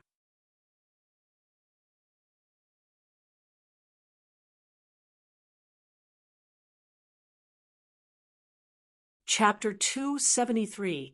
Angie? The picture of a cute and innocent-looking girl with silver and pink-colored hair appeared in his mind, and along with it came the sound of a loud explosion that rocked the entire vicinity. A moment ago, A fast-moving silver-colored silhouette was running down the walls of the hole, approaching the bottom with intense speed. It was none other than Angie. As she closed in on the bottom, she instantly spotted the rock floating above a scale-like platform filled with red waves. But then she also noticed someone within the reddish waves, someone who was barely recognizable at the moment, but she still instantly figured out who he was: Gustav. Her heart felt like it was being pricked by a million needles as she noticed his state. She dashed with unimaginable speed towards the rock with an immense amount of milky energy waves covering her figure. It was like space was being split open as Angie arrived in front of the rock almost in an instant. The rock had only managed to notice her presence when she was 2 feet in front of it due to her speed. Still, even at that, there was nothing it could do to counter her as the milky waves of energy surrounding her got released. Through a wide boom, the waves spread out into the surroundings carry a heavy amount of destructive force with them. Bang! It slammed into the rock and sent it flying backward by many meters till it slammed into the wall behind. A hole was created in the wall along with cracks surrounding it as the rock got buried more than 12 feet in. The vicinity kept vibrating for several seconds as the waves spread into the surroundings, causing havoc. After it disappeared, the ground surrounding the podium where Gustav was trapped had been leveled even more. But even with all that, the barrier surrounding Gustav was still standing. However, it was a little affected. "Gustav," Angie shouted out as she repeatedly ran back and forth, raining punches on the barrier. It was futile because even with the little damage she had caused earlier, the energy from the crystal was still enough to reinforce the barrier and repair it. It looked like Angie hadn't really helped the situation, but she actually did. The moment the rock was blasted away from the top of the barrier, the sacrificial process was paused due to Gustav's essence not having a receiver. The essence that hadn't been passed to the rock went back into Gustav's body, giving him a little bit of energy. Twitch, twitch. Gustav's fingers twitched as his eyes opened up. He had regained consciousness. The red waves in the barrier were dormant at the moment, so he wasn't being sapped. 0.1% left. The instant Gustav opened his eyes, he noticed the system absorption status. System has absorbed enough energy for the next upgrade. Absorption of the crystal energy will continue, but now it will be directly received into your body. Are you ready? The system asked Gustav, who just stood up from the ground. His eyesight was still a bit blurry, but he could understand the words in his line of sight, even though they weren't very clear. He could see Angie pounding onto the barrier repeatedly with speed, trying to break through. Sonnen. The rock also furiously shot out of the wall and started flying back towards the barrier. Gustav gestured to Angie to move away from the barrier. The moment Angie saw his gesture, she understood and quickly dashed forward to engage the rock. Gustav raised his arm and stared at it. He looked extremely shrill at the moment, like a live walking skeleton. Smirk, even with the sunken cheekbones and eyes. He still smirked. I guess this wasn't the end. His eyes suddenly lit up with determination as he voiced out, "Do it. Crystal energy will now be absorbed in a host." Whoosh! The reddish waves oozing out of the podium suddenly dispersed as Gustav being started sucking in rays of green light. His figure glowed as his body absorbed the energy of the crystal with speed. Gustav felt energy rushing into his being, making him feel like he could do anything. The system is way faster at absorbing energy than I am. Even when Gustav was absorbing energy with 4 spherical orbs, it took several minutes for him to absorb the amount of energy the system was absorbing in milliseconds. Angie was busy engaging the rock, stopping it from getting closer to the scale-like area. The rock would hit her with mind-disturbing waves repeatedly, but she would still forcefully and stubbornly disregard the pain before dashing towards it again. Due to the disruption of the ritual, the rock powers had been slightly affected. However, its mind attacks were still as powerful as ever. Angie was already bleeding from her nose and eyes. However, she still stubbornly rammed into the rock head-on, disregarding its mind attacks. Crazy girl, it is all futile. He will meet his end today. Even when the rock shouted out, it all fell on deaf ears. Angie still attacked it furiously. The rock was getting impatient because the sentience of the crystal kept warning him to get back immediately to continue the ritual, but Angie was making that difficult for him. In a few seconds, Gustav could already feel his body on the verge of exploding as his veins protruded from his skin due to the immense energy filling them up. Compress, Gustav said internally as he made use of his gravitational energy container bloodline. He compressed the energy inside his body repeatedly as he absorbed energy, stopping his body from exploding. His body was still very thin, even with the amount of energy he had absorbed due to his essence, which had been sapped. Filling his body with just energy wouldn't be enough to recover the essence he had lost. Nevertheless, Gustav kept absorbing energy and compressing them into his body. At the rate at which this is going, your body will shut down the moment you make use of that energy, the system warned, but Gustav ignored it. Compress, he compressed the energy absorbed again and kept absorbing more. His skin at the moment was like a light bulb. It was glowing, and pellets of his skin began to peel off, flying, scattering around, and turning into light particles. Compress. Gustav once again compressed energy as he brought his palms together and closed his eyes. Energy discharge has been activated. The surroundings started vibrating as Gustav's figure caused the gravity around him to twist and turn. Release. Gustav suddenly opened his eyes that were brimming with immense energy. Boom. The compressed energy Gustav had been storing blasted out of his body. Bang. The barrier surrounding him was instantly blasted into smithereens, and waves continuously spread across the surroundings, afterwards slamming into Angie and the rock battling in the distance. Oh, hush! Harsh winds blew across the place, causing small tremors. Step, step, step. The heavy sounds of footsteps could be heard as Gustav's figure phased out of the waves of energy that slowly started to die down.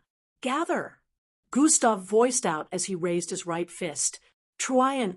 The energy from the crystal began to gather in his right hand as it slowly transformed into a large fist glowing with crazy green light. The rock pulled itself out of the hole on the wall that was created from its body slamming into it, but the moment it did that, Fewush, Gustav had already arrived in front of it with an outstretched fist. It is not time for me to meet my end yet, so you can go ahead before me, Gustav voiced out as his fist slammed into the rock. Crack. A loud crack resounded in the vicinity after the collision as Gustav's fist penetrated through the rock, followed by a loud explosion. Boom.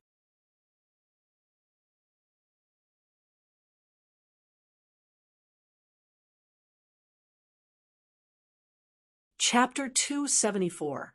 A loud crack resounded in the vicinity after the collision. Gustav's fist penetrated through the rock, followed by a loud explosion. Boom. Gustav had transferred the rest of the energy he absorbed to his fist, so the moment it penetrated the rock-like shell, he detonated the energy. The rock blasted to pieces from within, and a puddle of thick yellowish substance flew out from within. The blast affected the rock and the wall behind, causing a wide hole that was more than 20 feet deep to appear on it. The wall vibrated with intensity as cracks spread all across it, and rocks began to fall to the bottom of the hole. Green light engulfed the entire hole, shining a blinding brightness all across the place. The eyes of the unknown man, watching from above, widened in surprise as the tremors reached all the way up, making where he was also standing on vibrate. A few minutes back, Angie and Maltida were on the path that led to the previous location of the rock and noticed the massive number of participants headed there. They ignored Maltida and Angie totally and focused on heading to that particular place. Angie and Maltida were unable to tell how many participants were headed there, but they estimated the number to be over 300.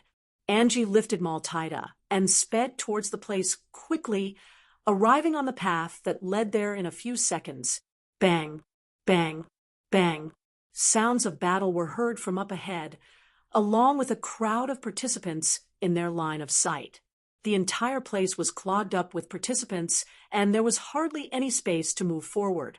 2 participants were battling this crowd of participants and preventing them from going further.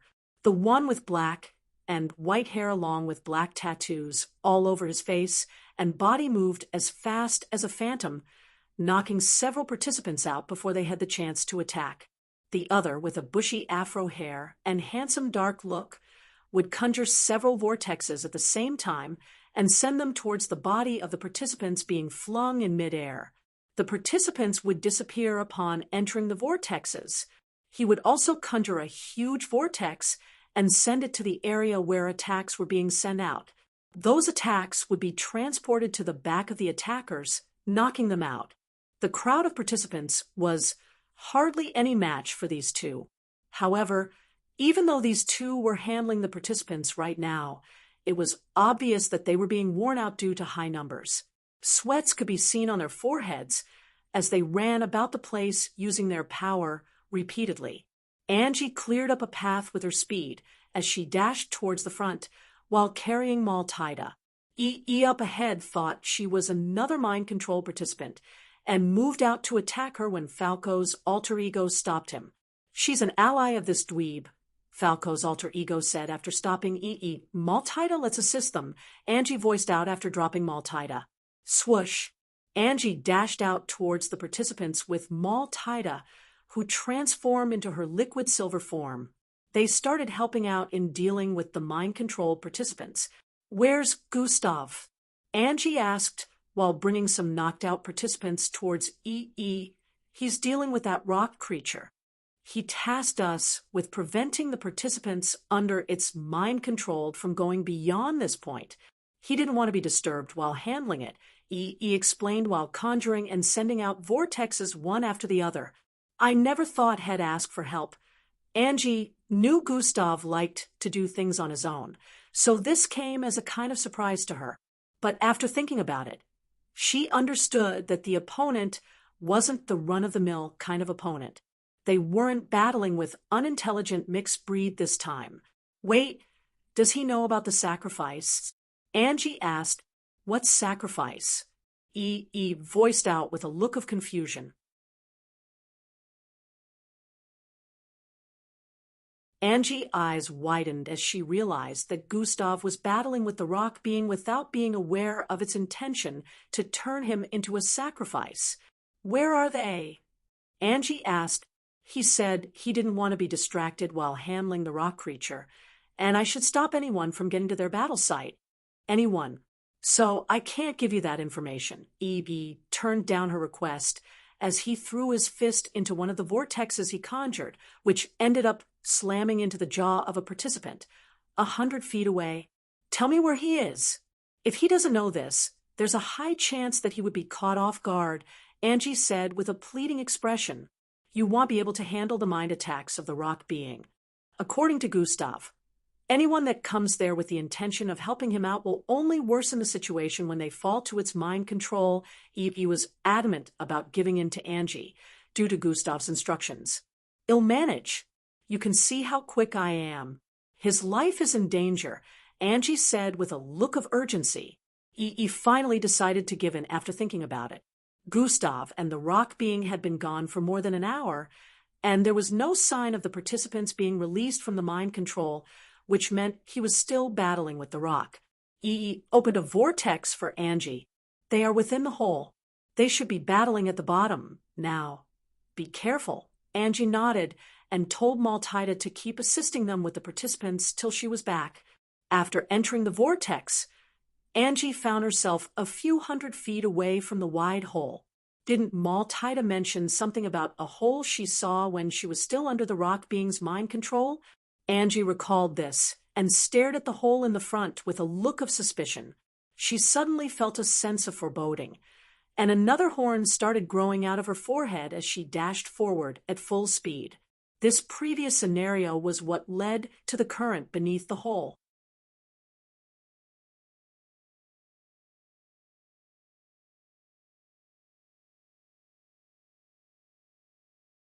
Chapter 275. Boom. Crumble. Crumble. Crumble. Rocks were still sliding downwards across the cracked walls at the bottom of the hole. A puddle of thick yellowish substance could be seen within the hole on the wall created from the energy blast.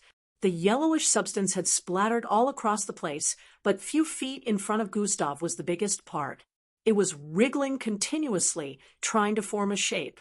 SSHHRRKKYYHH.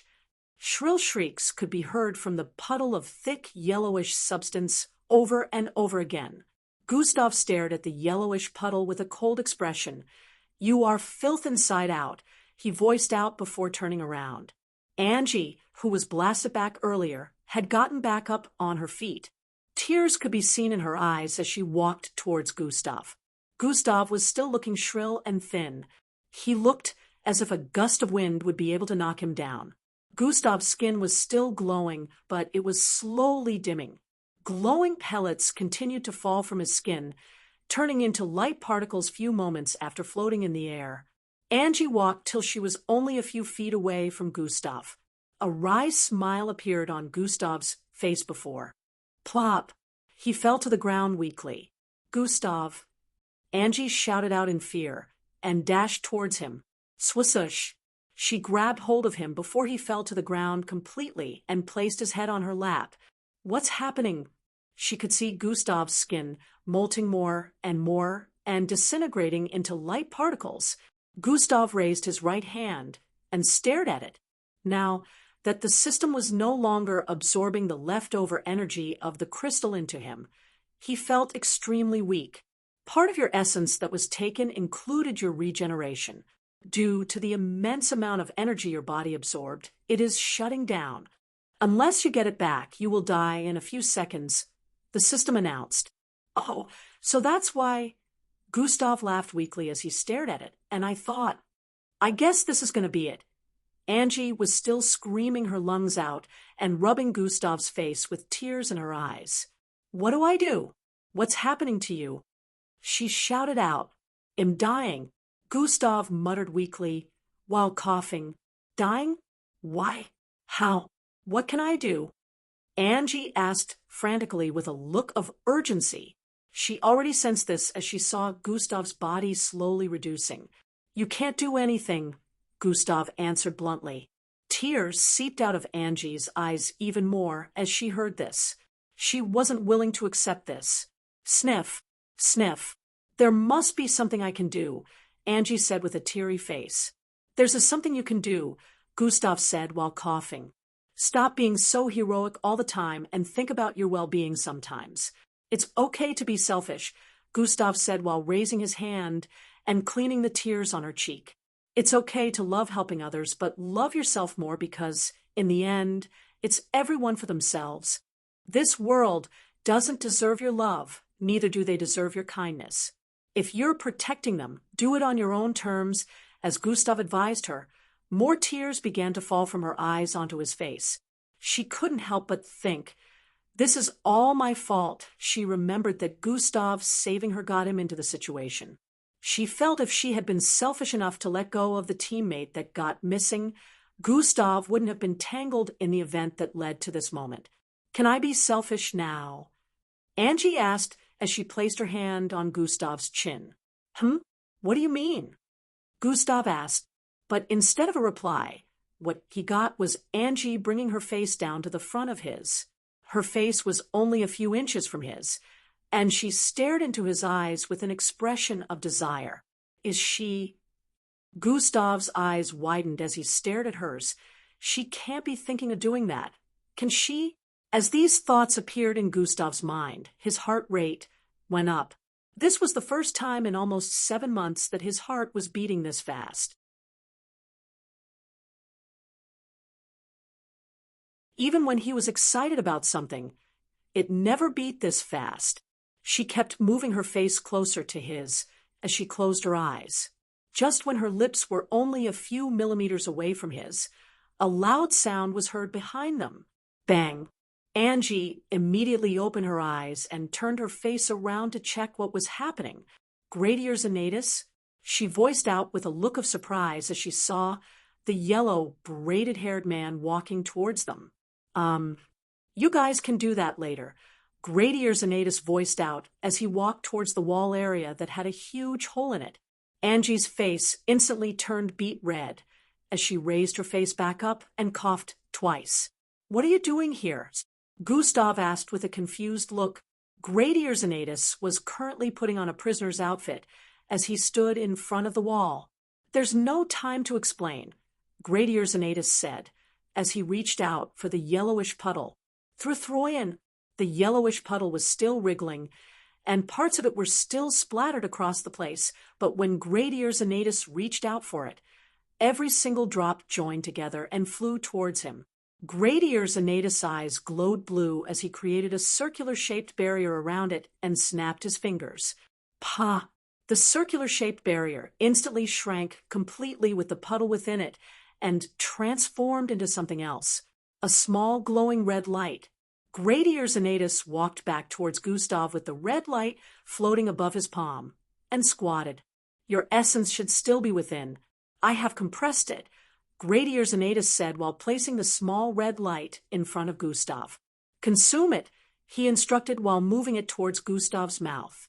Gustav opened his mouth, and the red flew in. Surzerhai. A few moments after consuming it, Gustav's glowing body changed color from white to red and stopped disintegrating.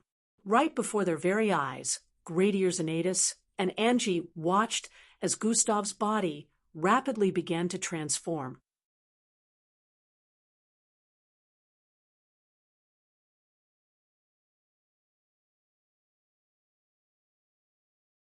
Chapter 276.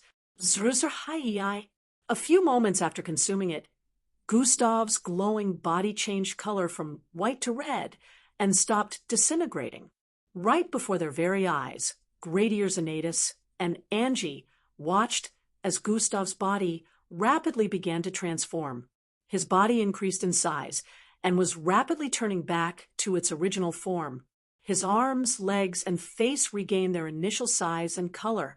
In a few seconds, Gustav rose to his feet and raised his arms to check them. Swoosh! He dashed across the place, testing his speed also.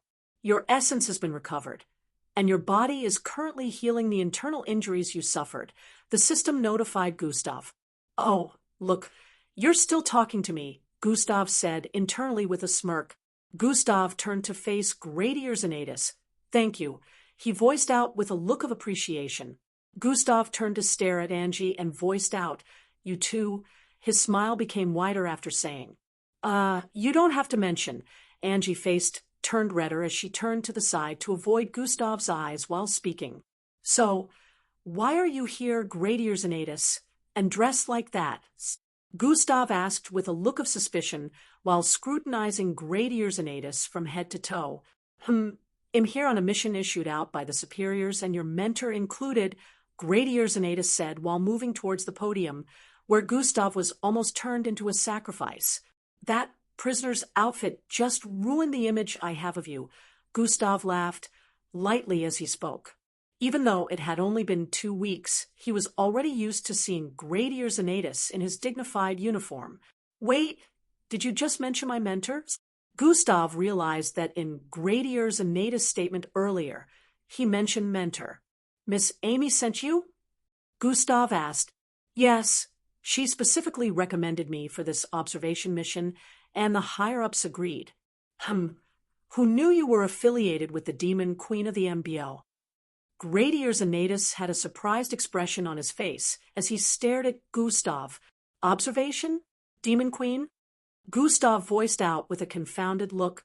I have been watching your battle with that rock being, so you don't need to explain the situation to me. I was sent here for the precise purpose of observing the situation within the ruins, since there were places that footage couldn't be transmitted, Gradier Xanatus explained. So he was watching the whole time. That means he saw me using different abilities. Gustav stared at Great Ears Anatus with a suspicious look after realizing this. Great Ears Anatus stared back at him with a smile like he could read his thoughts.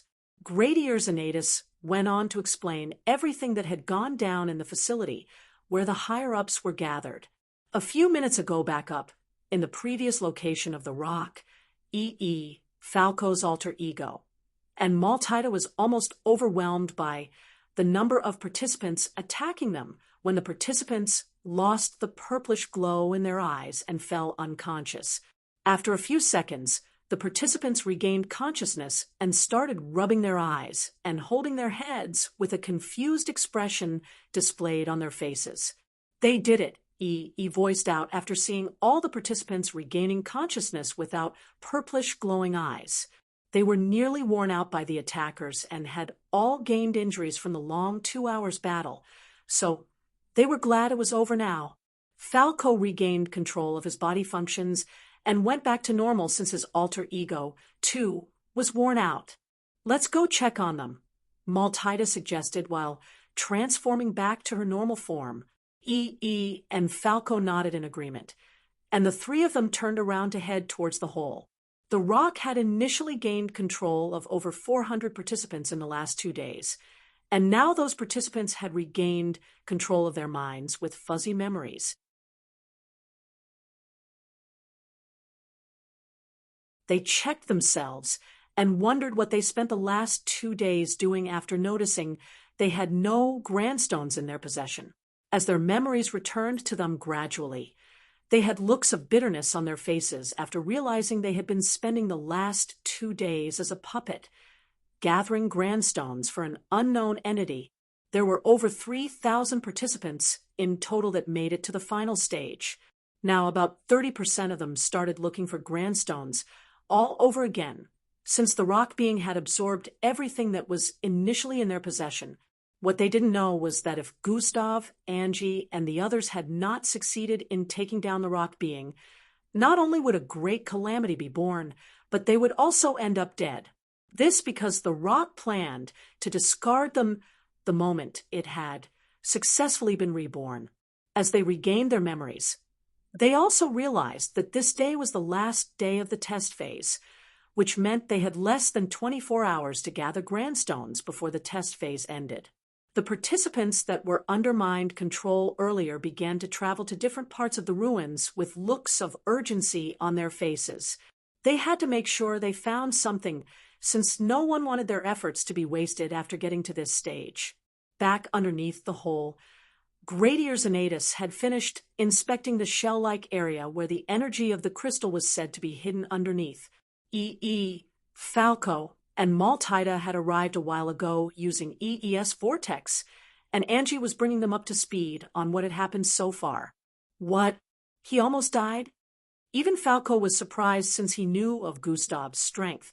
Maltida and were just as surprised and stared at Gustav, who was currently several feet away conversing with Great Ears Anatus. Gustav still had an unbothered expression as he spoke with Great Ears Anatus. He didn't even look like someone who was about to die a while ago. The only obvious sign that he was in a battle was his tattered clothes.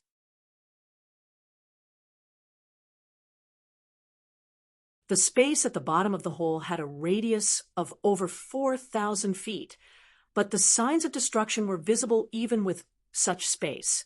Rocks piled on top of one another in different spots, as well as craters and holes on the walls. As Angie explained the past situation to them, they could picture just how crazy the battle must have been.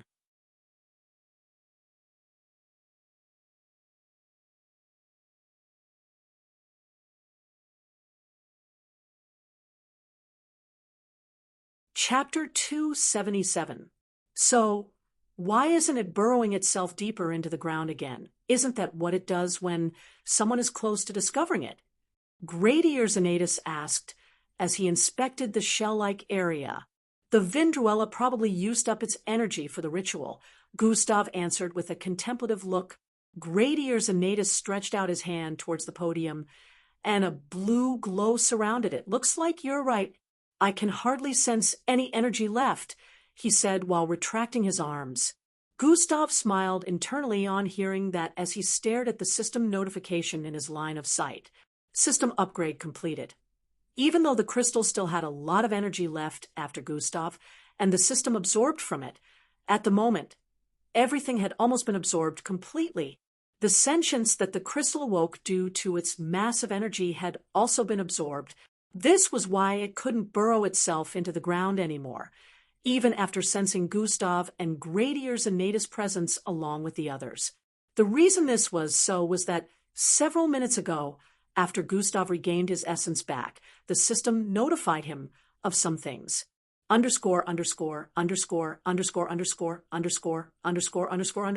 quest completed. Defeat the Vindruella. Side quest completed. Survive rewards. Plus 500 EXP. All skills level up. Plus 2 all stats. Atomic manipulation level up. Grade C. Plus 20,000 credits. Plus 1 bloodline received. Underscore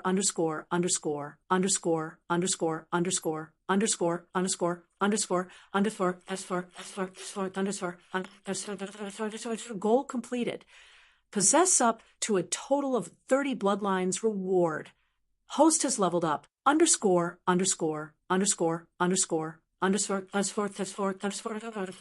Gustav was talking to Great Ears and Adis, he was also checking out the system, and he was very much delighted by what he saw, but it didn't show on his face. He disguised well.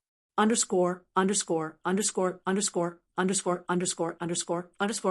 first system is ready to upgrade. Will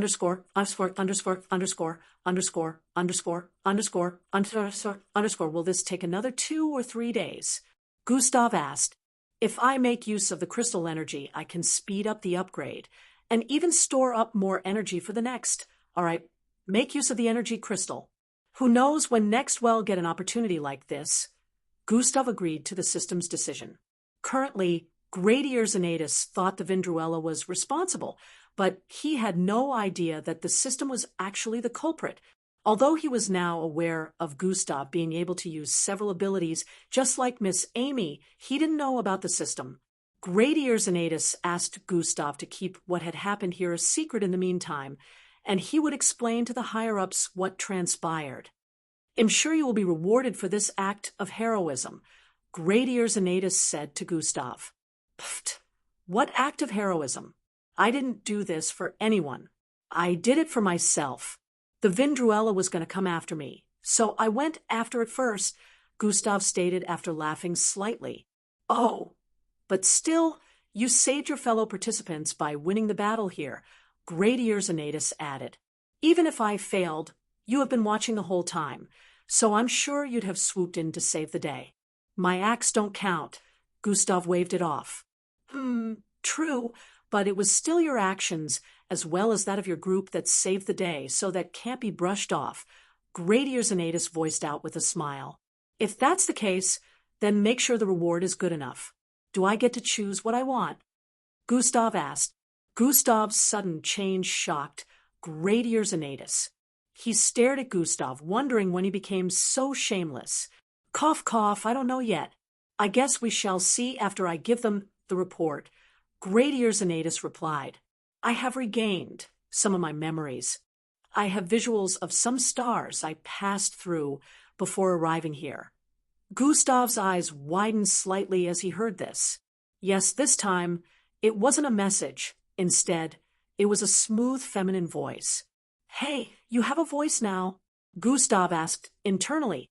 Gustav and the rest were later brought out of the hole by Great Ears and Adis. He decided to bring them out himself to make it faster, since it would take more time for them to get to the top by themselves. Great Ears and Adis went on to keep pretending to be a prisoner.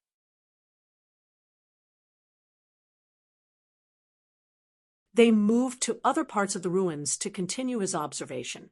As for Gustav, Angie, Maltida, E, and Falco, they moved together to a safe part of the ruins to recuperate. They met Glade along the way, who had also regained her senses.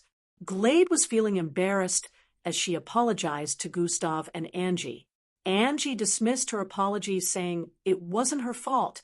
Just like that, 12 hours went by, and the day was coming to an end. It was already evening time, and Gustav and the others were in a settlement of prisoners who didn't participate in disturbing or obstructing the participants in any way. This part of the ruins was peaceful, and most of the participants that knew about it came over here to sleep for the night. Gustav was in a makeshift tent at the moment alone. He had asked the rest for some time alone, hiding under the guise of wanting to recuperate, but the truth was he had been conversing with the system for the past hour. Angie and the rest still wanted to gather more grandstones before the day came to an end, so they set out after enough rest. The next morning would be when every participant that survived would be brought out of the ruins. It would also mark the end of the test phase, and everyone will be graded. Tomorrow was when they would figure out whether they would be enlisted in the MBO camp or not. Who knew you'd have a feminine voice? That of a kid, for that matter. Gustav mocked the system. The sound of my voice is just a representation of what the host desires. What? Why would I desire to hear the voice of a little girl? Gustav asked with a weird look on his face. Your inner pervertedness has been exposed. It was now the system's turn to mock Gustav. Shut it. I have no such desires, Gustav said with a look of certainty. Anyways, show me the footages you mentioned earlier, Gustav requested.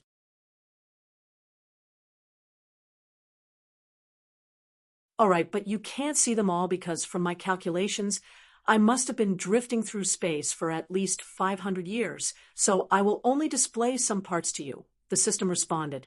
Gustav had a surprised look on his face as he heard that. 500 years.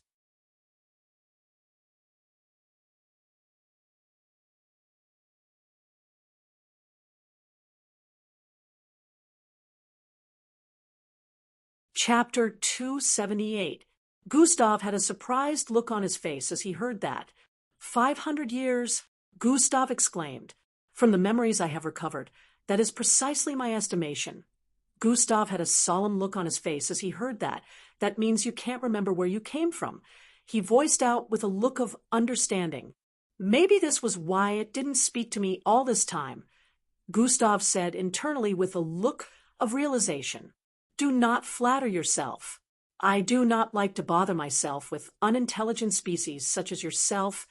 The system replied to Gustav's thought with a scoff. Can a guy have a little privacy? Do not intrude into my inner thoughts. Gustav reprimanded the system with a slightly annoyed tone. Humph. If not for my will to survive, I will not be here. The system replied. Survive? Gustav thought about what the system was hinting at.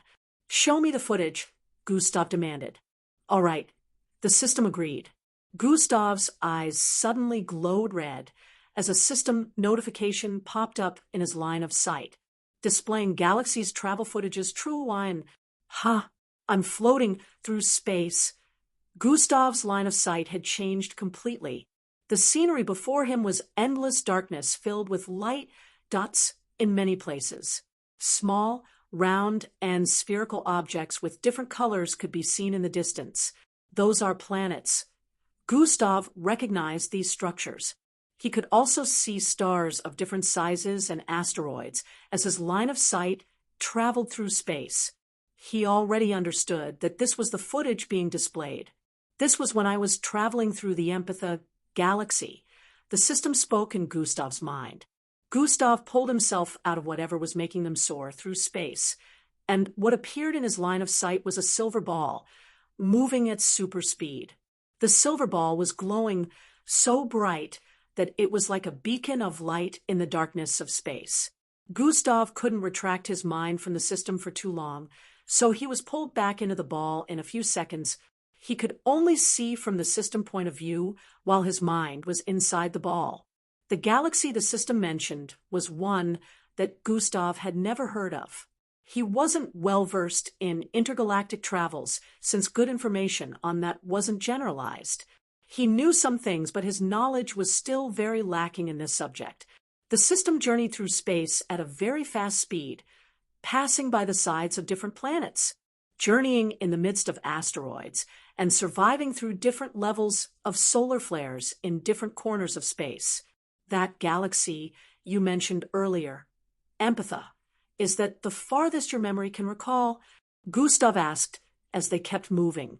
Yes, that is the farthest my memory can take me.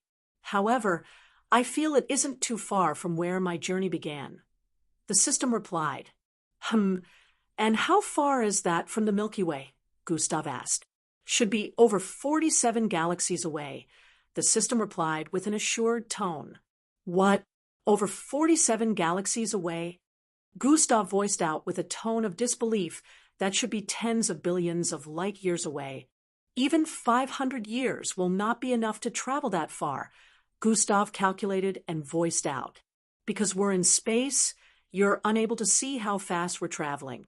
I traveled at over 1 million light years in a single month, the system stated. Gustav was once again shocked. The system was traveling that fast without a fuel source and went on for up to 500 years. That's really fast. What were you looking for that made you travel this far? There must be a reason, right? Gustav asked. I don't remember what exactly it's supposed to be, but yes, I was looking for something, or rather somewhere. The girly voice of the system sounded conflicted at this point. While they traveled through the galaxy, it wasn't always smooth sailing for the system. There were times it was almost taken away by space pirates.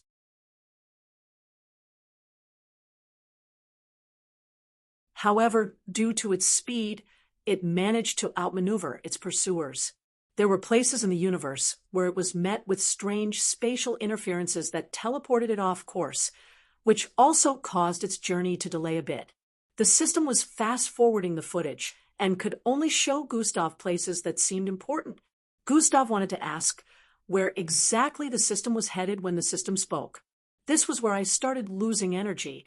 I had almost infinite energy, but after the ordeals I went through, it had nearly diminished completely when I was 3 galaxies away from the Milky Way, the system voiced out. Gustav looked ahead and noticed the weird wavy fluctuations in front. It covered their entire line of sight. And when the system tried to turn around, so it could make a turn around it, the system was suddenly pulled in against its will. Within was the turbulence of energy that the system explained came from a dying star.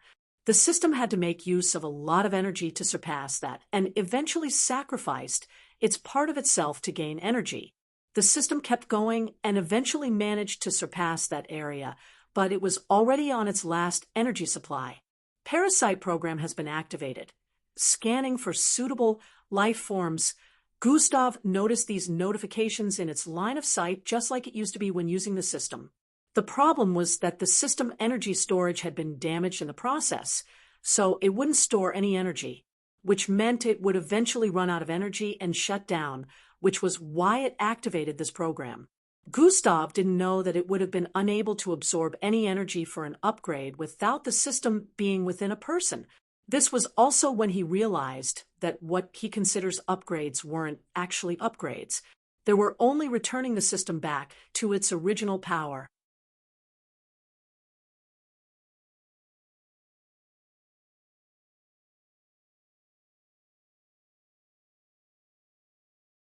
Chapter 279. Gustav watched as the system made its way across the galaxies towards the Milky Way. Another notification rang out once again the moment it arrived above Earth. Suitable life form located swoosh. It dived down into the Earth's stratosphere, using what was left of its energy to bypass Earth's infiltration security system.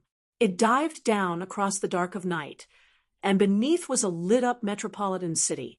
Gustav watched as the system closed in on a mountain range within a forest where a boy standing at the edge of a cliff could be seen. Suitable life form spotted, bang. The glowing silver ball slammed into the mountain, having it in the process. Shurum, it shrunk into a small glowing red light and flew into the mouth of the unconscious blonde-haired kid who was falling from the mountain. So this was how you found me, Gustav voiced out with a look of contemplation as his vision returned back to normal. He could see the inside of the tent again. The footage didn't feel like a footage. It felt more like he lived through that experience. 500 years. Gustav couldn't even begin to imagine how lonely that would feel for a person to experience. However, the system wasn't a person, so he didn't think it was affected by that. What exactly are you? And how are you able to grant me abilities? Gustav asked. It's part of my program as a parasitic creature. I need to find that place. The system replied without going into detail. Where were you going? Gustav asked. You'll find out the day after tomorrow. My program currently has a quest pending for you. The system replied. A quest? What quest?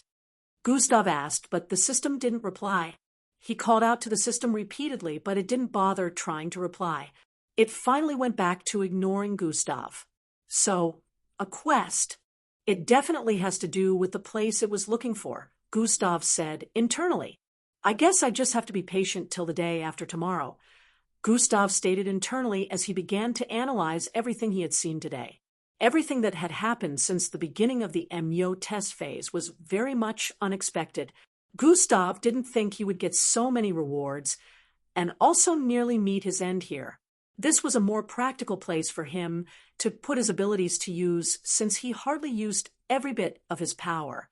He had never displayed all of his abilities before in a battle, but here he had to do that more than once. Currently, it was almost midnight, and the rest also arrived back. They had managed to acquire a few grandstones during their 6 hours search. Gustav was unbothered about the issue of grandstones. He didn't have so many with him, but he remembered the number of points he already amassed, so he decided not to sweat. Instead, he spent the rest of the time channeling his bloodline and analyzing his current strength. I still don't know how to use Yarki. I don't have enough information about the system. I don't know how the quest it's preparing will clash with my goals. Too many unknowns. Gustav had a lot on his mind. Hey, Gustav, let's have dinner together. Angie arrived in front of his tent and called out, Is this everything you have to report from the time you spent there? Within the room where the higher-ups gathered, Great Commander Cheyenne asked Great Ears Anatus, who was currently standing on the opposite side of the table. Yes, Great Commander. Great Ears Anatus stated with a look of certainty. It would seem the research team sent there didn't conduct a proper investigation leading to this blunder. Great Commander Cheyenne's voice suddenly became very deep, and the entire atmosphere was plunged into silence. They knew that whenever he started talking like this, it meant he was already pissed off. The other commanders who were against sending an officer to the ruins shrunk back in fear.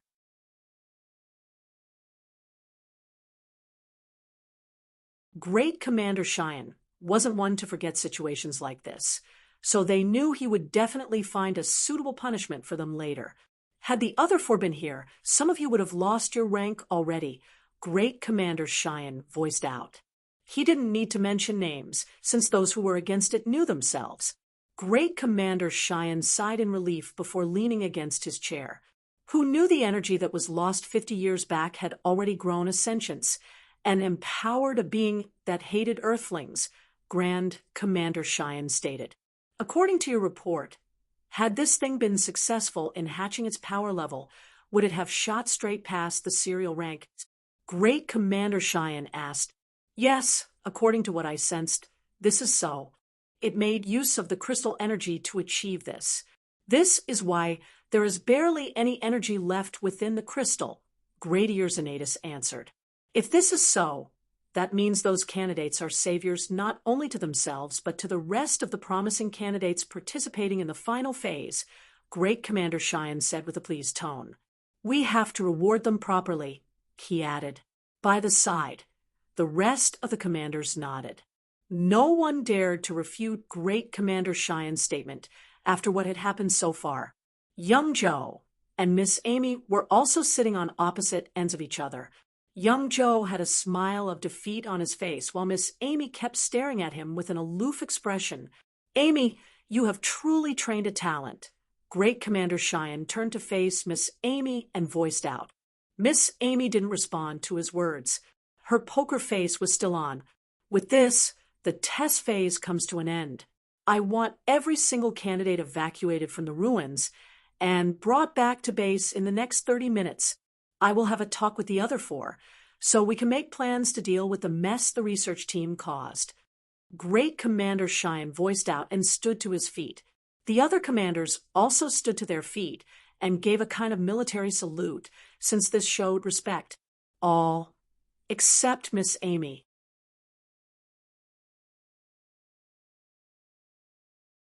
Even young Joe had to do it, since he was literally a part of them. Miss Amy just stood to her feet and walked out along with Commander Cheyenne. The rest of the commanders weren't surprised. She was well known for not giving a crap about anyone regardless of their standing. Young Joe watched as Miss Amy disappeared through the door with Commander Cheyenne. She really ruined my plan, Hung Joe said internally. Let's see if I can get him to release some more detailed information. Hung Joe turned to stare at Gradius and Adis, who was conversing with some other commanders. It was already midnight within the ruins. However, the participants were being guided out of the ruins by armed MBO officials. The test phase had officially come to an end now, so they were being transported to a safe lodge. Apart from MBO officials in uniforms, some officials were also equipped with some technological device that scanned each of the participants as they left through the entrance.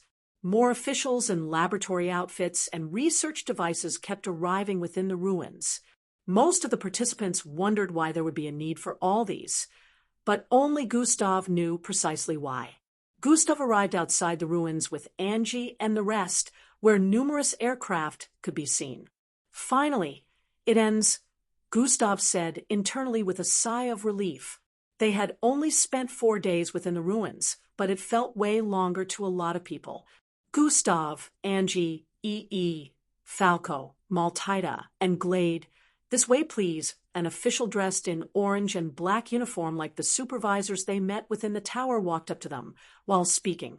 A special aircraft has been prepared for you 6, she said with a smile while gesturing at them and pointing towards a silver and blue-colored aircraft by the side.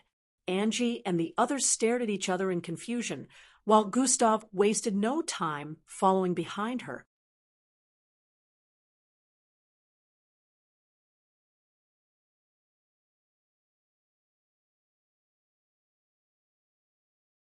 Chapter 280, A Separate Aircraft, has been prepared for you 6, she said with a smile while gesturing at them and pointing towards a silver and blue-colored aircraft by the side. Angie and the others stared at each other in confusion, while Gustav wasted no time following behind her. The others followed after Gustav and went into the aircraft.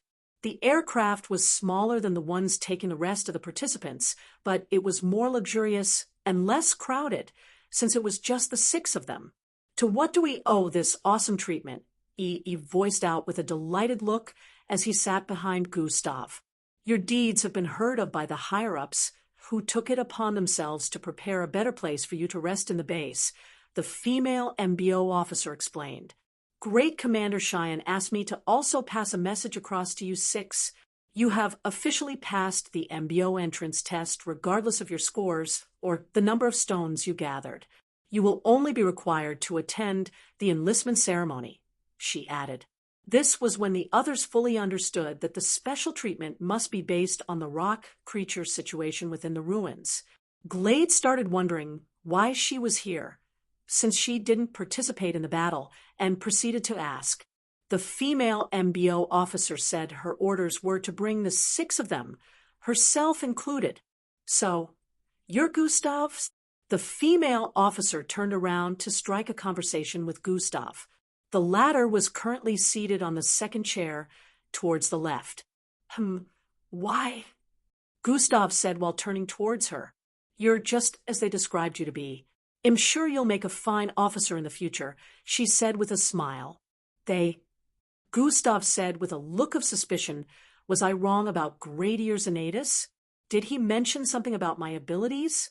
Gustav stared at the female officer as he thought, trying to read her expression. She knows nothing. This is just an expression of admiration. Gustav sighed in relief internally. When will the enlistment ceremony be holding? Gustav asked. It will be held 2 weeks from now. After the participants who passed the entrance test have been announced today, they will be free to do whatever they want for 2 weeks. Most times, it is used to say goodbye to loved ones and prepare yourselves to leave home, since the camp goes on for 4 years. After those 2 weeks have gone by, you all are required to arrive back here for the enlistment ceremony. After the enlistment ceremony, you all will be transported to the training camp. The female MBO officer explained lengthily. The 6 within the aircraft had looks of understanding after hearing that. It turned out they were exempted from the results announcement that would be held during the daytime, since they had been given an automatic pass. Gustav scoffed internally at the MBO's act to hide what truly happened by indirectly isolating them. They'd better have a good reward waiting, Gustav said internally as he stared at the monitor that showed footage of the places they were flying over. It was currently around 2 a.m., and they had been flying over a dark sandy area the whole time. However, Gustav could now see the outline of a brightly lit city in the distance. Gustav and the others asked questions about the city and were informed that this was not a city, but an MBO base of operations. It was located within the borders of 2 cities above the tallest mountain region on the earth. Gustav's initial reaction and thoughts weren't wrong, since it did look like a city. High-rise and technologically advanced-looking buildings, as well as strongholds, could be seen. A massive crystalline round structure could be seen floating above tens of thousands of feet above the base. The base had operatives moving around in troops, even though it was midnight. It was as if sleep wasn't a thing here. There were no walls surrounding the base, but Gustav could guess that security measures had been put in place.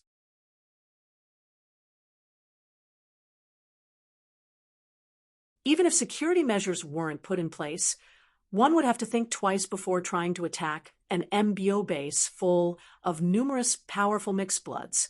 The multiple aircraft carrying the mixed blood candidates moved towards the public hangar area to land. The aircraft transporting Gustav and the others moved towards a private area where only a few operatives could be seen moving in. In a few, they could see a massive mansion in the distance with a wide landing space behind it. The mansion was silver and green in color, with fences surrounding it and MBO scouts standing guard around it. It was among the most exotic buildings in the entire base. Gustav could see the outline of a familiar silhouette close to the landing spot as their aircraft descended. A small smile appeared on his face. Angie, who was sitting beside him all this time, had been wanting to strike a conversation during their journey here, but was feeling shy for a lot of reasons. She was about to say something when she saw the smile on his face. She followed his line of sight and noticed the person he was staring at within the monitor. Who is that? Angie wondered, but as they landed, she noticed it was a lady. SHHHHSSHHHHH. The aircraft doors slid open, and everyone moved out of it. Who's that? Everyone wondered as they stared at the beautiful lady with ash-colored hair approaching. The female officer, who was their guide during the trip, had widened eyes upon noticing this lady. Demo, young miss, she bowed with respect as she voiced out. Angie and the rest had looks of confusion, wondering who this lady was. Gustav walked forward with a smile and stood in front of her. Miss Amy, it's been a while, he voiced out.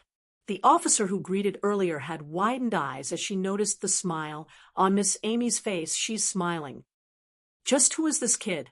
She wondered with a look of disbelief.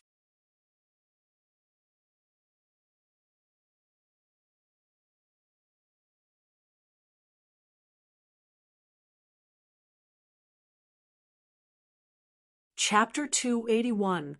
Hey, kid, Miss Amy voiced out and placed her palm on Gustav's left cheek. Gustav responded by placing his own palm on hers that was placed on his left cheek as he looked into her eyes. Just what is going on here? Why are they displaying so much affection for each other? Not just the female officer, but even the others behind were wondering the same thing. However, they were not as surprised as the female officer, since she knew who Miss Amy was. Angie knew Miss Amy was Gustav's teacher, but she had no idea that she was affiliated with the MBO. Even if she knew Miss Amy was Gustav's teacher, she was still jealous to see how close the two were. She wished to be the one Gustav stared at with so much admiration. "You don't look surprised to see me," Miss Amy said, as they started walking forward. "Why would I be? After all, I had to find out from someone else that my beloved teacher is a part of the MBO," Gustav said with a wry smile. "Oh, are you holding a grudge now? You also hid your true power from your so-called beloved teacher," Miss Amy said playfully with a light chuckle. "Besides, I am not part of them, at least not anymore. Don't worry. I'll explain my relationship with the MBO later on. You also have a lot of explaining to do." Miss Amy paused as she said that and turned to stare at Gustav from head to toe. "Are you still hurt?" she asked with a tone of worry. "No, I'm perfectly okay now," Gustav replied as he paused his footsteps to turn to the side. That was when he noticed that everyone was still behind. "Are you guys not coming?" Gustav asked with an uncomfortable look after noticing they had been standing and staring the whole time. "Oh, yeah." Wry smiles appeared on their faces as they started walking forward. Also, the female MBO officer also moved forward along with them. "Don't worry, Sasha, I'll handle it from here," Miss Amy said, while leading the youngsters out of the landing area. "Yes, ma'am." The female officer known as Sasha had a look of relief on her face as she left the premises. Meanwhile, Miss Amy led the kids into the luxurious mansion. Sasha, who had left, prayed that the other kids will not be misled by Miss Amy's affection towards Gustav and mistakenly piss her off. She had seen Miss Amy in action before, so she knew just how ruthless she could be. She was even surprised that Miss Amy knew her name. They entered the mansion, which only had 2 staff working within. They were both maintenance staff that kept the place clean. The kids found it surprising that there were no butlers. They knew luxurious places like this always had one, but then they remembered they were in one of the MBO bases. With that thought process in mind, they felt it was normal for things to be different from how they knew them to be. The mansion had different kinds of designs, and like painting and arts of battles pasted on some part of the walls, luxurious rugs and carpets, as well as the chandeliers made from crystals hanged from different parts of the ceiling. Miss Amy showed them to the rooms they'll be sleeping in. In the meantime, she also explained to them that they only had to be here till after the result announcement, which would be held. After that, she mentioned that Great Commander Cheyenne will be coming to meet them personally, and they would be able to go back to their various cities and homes for the next 2 weeks. After resting during the 2-week break, they were required to get back here. Gustav wanted to converse with Miss Amy since he had a lot of questions, but she told him to go rest like the others, that they could talk during daybreak. Gustav complied and went to bed with the others. The next morning everyone woke up and freshened up. They hadn't really taken their baths in the last 4 days.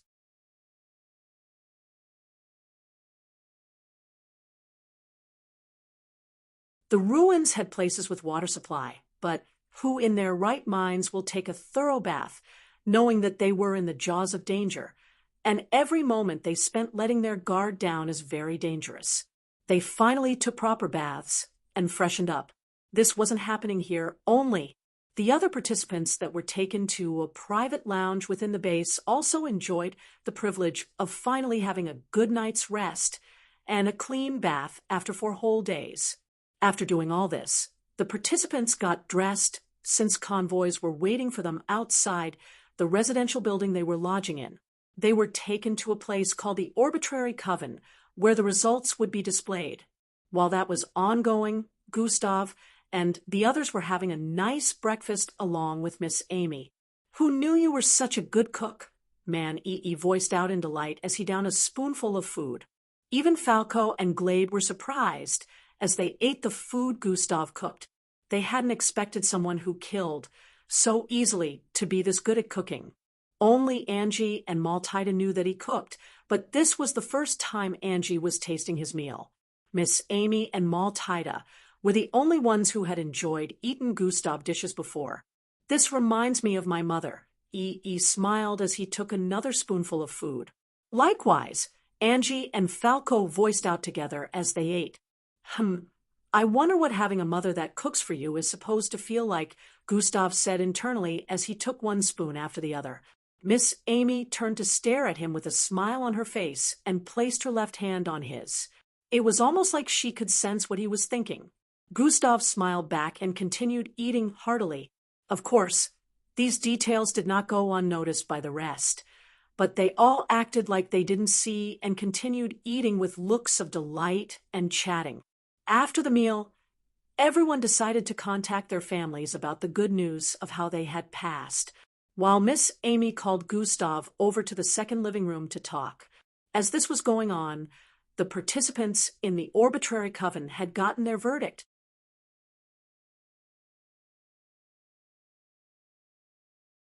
The scoreboard was displayed, and they were able to see the top 100 from every city in the world. The scoreboard was divided into 300 places. Only the first 100 with the number of points they amassed were displayed. Cries of sorrow and joy filled the place as some found themselves fortunate to be among the top 100 while others weren't so lucky. Those who didn't make it were escorted out of the premises immediately to be transported back to their cities, while the others stayed behind to listen to the information being passed across. Inside one of the living rooms within the mansion, Miss Amy and Gustav sat opposite each other.